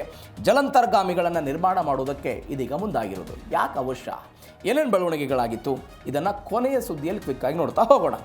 ಚೀನಾಗೆ ನಡುಕ ಹುಟ್ಟಿಸಿದ ಪ್ರಾಜೆಕ್ಟ್ 75I ಏನಿದೆ ಯೋಜನೆ? ಭಾರತ ಮತ್ತು ಜರ್ಮನಿಯ ನಡುವೆ ಒಂದು 70,000 ಕೋಟಿ ರೂಪಾಯಿ ಮೌಲ್ಯದ ಒಂದು ಬೃಹತ್ ಒಪ್ಪಂದ ಆಗಿದೆ. ಭಾರತೀಯ ನೌಕಾಪಡೆಗಾಗಿ 6 ಅತ್ಯಾಧುನಿಕ ಜಲಾಂತರ್ಗಾಮಿಗಳೆಲ್ಲವೂ ಕೂಡ ತಯಾರುಗಳಾಗುತ್ತೆ. ಜರ್ಮನಿಯ ಥೈಸನ್ ಕ್ರಫ್ ಮತ್ತು ಮರೈನ್ ಸಿಸ್ಟಮ್ನ ಜೊತೆಗೆ ಇಂಥದ್ದೊಂದು ಸಹಭಾಗಿತ್ವವನ್ನು ಇದಕ್ಕೆ ನಾವು ತೆಗೆದುಕೊಳ್ತಾ ಇದ್ದೇವೆ. ಕ್ಯಾಬಿನೆಟ್ ಭದ್ರತಾ ಸಮಿತಿಯ ಅಂತಿಮ ಅನುಮೋದನೆಗೆ ಇದೊಂದು ಪ್ರಸ್ತಾವನೆ ಸಿದ್ಧ ಆಗಿದೆ. ಇದಕ್ಕೆ ಅಂತಿಮ ಅನುಮೋದನೆಯೂ ಕೂಡ ಕ್ಯಾಬಿನೆಟ್ನಿಂದ ಬರಬೇಕು. ಹಿಂದೂ ಮಹಾಸಾಗರದಲ್ಲಿ ಚೀನಾದ ಮಿಲಿಟರಿ ಅಸ್ತಿತ್ವಕ್ಕೆ ಎದುರೇಟನ್ನು ಕೊಡಬೇಕು ಅನ್ನುವ ಭಾಗವಾಗಿ ಇದೆಲ್ಲವೂ ಕೂಡ ಆಯಿತು. ಶೀಘ್ರದಲ್ಲಿ ಈ ಪ್ರಸ್ತಾವನೆಗೆ ಪ್ರಧಾನಿ ನೇತೃತ್ವದ ಭದ್ರತಾ ಕ್ಯಾಬಿನೆಟ್ ಸಮಿತಿ ಮುಂದೆ ಬರುತ್ತೆ. ಅವ್ರು ಏನು ಮಾಡ್ತಾರೆ ಅನ್ನೋದು ನೋಡಬೇಕು. ಭಾರತದ Mazagon dock ship builders limited ಇಲ್ಲವನ್ನು ಕೂಡ ಮಾಡ್ತಾ ಇದೆ. ಒಂದು 6 ಜಲಾಂತರ್ಗಾಮಿ ನೌಕೆಗಳನ್ನು ಮುಂಬೈನ ಮಜ್ಗಾಂವ್ ಡಾಕ್ನಲ್ಲಿ ಮೇಕ್ ಇನ್ ಇಂಡಿಯಾ ಉಪಕ್ರಮದ ಅಡಿಯಲ್ಲಿ ನಿರ್ಮಾಣ ಮಾಡ್ತಾರಂತೆ. ಜರ್ಮನಿಯ ಥೈಸನ್ ಕ್ರಫ್ ಮರೈನ್ ಸಿಸ್ಟಮ್ಸ್ ಇವರ ಜೊತೆಗೆ ಸೇರಿಕೊಂಡು ಅತ್ಯಾಧುನಿಕ ತಂತ್ರಜ್ಞಾನ, ವಿನ್ಯಾಸ ಎಲ್ಲವನ್ನೂ ಕೂಡ ಬಳಕೆ ಮಾಡಿಕೊಂಡು ಎಲ್ಲವೂ ಕೂಡ ಆಗುತ್ತೆ ಅಂತ ನೋಡೋಣ ಏನಾಗುತ್ತೆ ಅಂತ. ಮತ್ತೊಂದು ಸಮುದ್ರದಾಳದಲ್ಲೂ ಕೂಡ ಇದೀಗ ಸ್ವದೇಶಿ ಶಕ್ತಿ. ನಾನು ಆವಾಗಲೇ ಹೇಳ್ತಾ ಇದ್ದೆ, ಮುಂಬೈನ ಮಜ್ಗಾನ್ ಡಾಕ್ ಶಿಪ್ ಬಿಲ್ಡರ್ಸ್ನಿಂದ ಸಬ್ಮರೀನ್ಗಳನ್ನು ನಿರ್ಮಾಣ ಮಾಡೋದು. ಹೈದರಾಬಾದ್ನ VEM ಟೆಕ್ನಾಲಜೀಸ್ ಜೊತೆಗೆ ಹೆವಿವೇಟ್ ಟಾರ್ಫಿಡೋಗಳಿಗೆಲ್ಲ ಒಪ್ಪಂದ ಮಾಡಿಕೊಂಡಿದ್ದಾರೆ. ಜರ್ಮನ್ ತಂತ್ರಜ್ಞಾನದೊಂದಿಗೆ ಭಾರತದಲ್ಲೇ ಈ ಯುದ್ಧ ನೌಕೆಗಳೆಲ್ಲ ತಯಾರಾಗುತ್ತೆ. ತಂತ್ರಜ್ಞಾನ ವರ್ಗಾವಣೆಗೆಲ್ಲ ಒತ್ತು ಕೊಡ್ತಿದ್ದಾರೆ. ಯುದ್ಧ ಸಾಮರ್ಥ್ಯದ ಜೊತೆಗೆ ವಿನ್ಯಾಸದಲ್ಲೂ ಕೂಡ ಸ್ವಾವಲಂಬನೆಯ ಗುರಿಯನ್ನು ಇದೀಗ ಭಾರತದವರು ಇಟ್ಟುಕೊಂಡಿದ್ದಾರೆ. ಏನಾಗುತ್ತೆ ನೋಡೋಣ. ಇನ್ನು ಕೊನೆಯ ಬೆಳವಣಿಗೆ, ಶತ್ರುಗಳ ಪಾಳಯಕ್ಕೆ ಸೀಮಾ ಸ್ವಪ್ನವಾಗಿರೋ ಘಟನೆ. ಸಾಂಪ್ರದಾಯಿಕ ಜಲಾಂತರ್ಗಾಮಿಗಳ ಕೊರತೆಯನ್ನು ನೀಗಿಸೋದಕ್ಕೆ ಭಾರತದ ನೌಕಾಪಡೆ ಎಲ್ಲ ಸಜ್ಜಾಗಿದೆ. ಸಹಿಷ್ಣುತೆ ಮತ್ತು ಕ್ಷಿಪ್ರ ದಾಳಿಯ ತಂತ್ರಜ್ಞಾನವನ್ನೆಲ್ಲ ಅಳವಡಿಕೆ ಮಾಡ್ಕೊಳ್ತಾ ಇದ್ದೀವಿ. ಚೀನಾದ ಜಲಾಂತರ್ಗಾಮಿ ಚಟುವಟಿಕೆಗಳಿಗೆ ಒಂದು ಬ್ರೇಕ್ ಹಾಕೋದಕ್ಕೆ ಇಂಥದ್ದೊಂದು ಪ್ರಯತ್ನ. ಈಗ ನೋಡಿ, INS ಕಲ್ಚರಿ, INS Khanderi, INS ಕರಂಚ್, INS Vela, INS ವಗೀರ್, INS ವಾಗ್ಮೀರ್ ಇವೆಲ್ಲವುಗಳನ್ನು ಕೂಡ ನಾವು ಮುಂಬೈನ ಮಜ್ಗಾಂವ್ ಡಾಕ್ ಶಿಪ್ ಬಿಲ್ಡರ್ಸ್ ಲಿಮಿಟೆಡ್ನ ಸಹಭಾಗಿತ್ವದಲ್ಲಿ ಇವೆಲ್ಲವನ್ನು ಕೂಡ ಮಾಡ್ತಾ ಇರೋದ ಭಾಗವಾಗಿ. ನೋಡಿ, ನಾವು ಅನೇಕ ಬಾರಿ ನೋಡಿದ್ದೇವೆ. ಏನಂತ ಹೇಳಿದರೆ, ಈ ಭಾರತದ ಸುತ್ತಮುತ್ತಲಿರುವಂಥ ಸಣ್ಣ ಪುಟ್ಟ ದೇಶಗಳನ್ನು ತನ್ನ ತೆಕ್ಕೆಗೆ ಚೀನಾ ತೆಗೆದುಕೊಳ್ಳೋದಕ್ಕೆ ಪ್ರಯತ್ನವನ್ನು ಪಡ್ತಿದೆ ಅಂತ. ಅದಕ್ಕೆ ತದ್ವಿರುದ್ಧವಾಗಿ ಭಾರತ ಸ್ವದೇಶಿಯಾಗಿ ಇವೆಲ್ಲವನ್ನು ತಯಾರು ಮಾಡುವ ಮುಖಾಂತರ ಚೀನಾಗೊಂದು ಏಟ್ ಕೊಡೋ ಪ್ರಯತ್ನದ ಭಾಗವಾಗಿ ಒಂದು 70,000 ಕೋಟಿಯ ಒಪ್ಪಂದ. ಏನಾಗುತ್ತೆ ನೋಡೋಣ. ಇದರೊಂದಿಗೆ ಇವತ್ತಿನ ಜೀ ಕನ್ನಡ ನ್ಯೂಸ್ DNA ಮುಗಿಸ್ತಾ ಇದ್ದೀನಿ. ನೋಡ್ತಾ ಇರಿ ಜೀ ಕನ್ನಡ ನ್ಯೂಸ್, ಸತ್ಯವೇ ಸುದ್ದಿಯ ಜೀವಾಳ.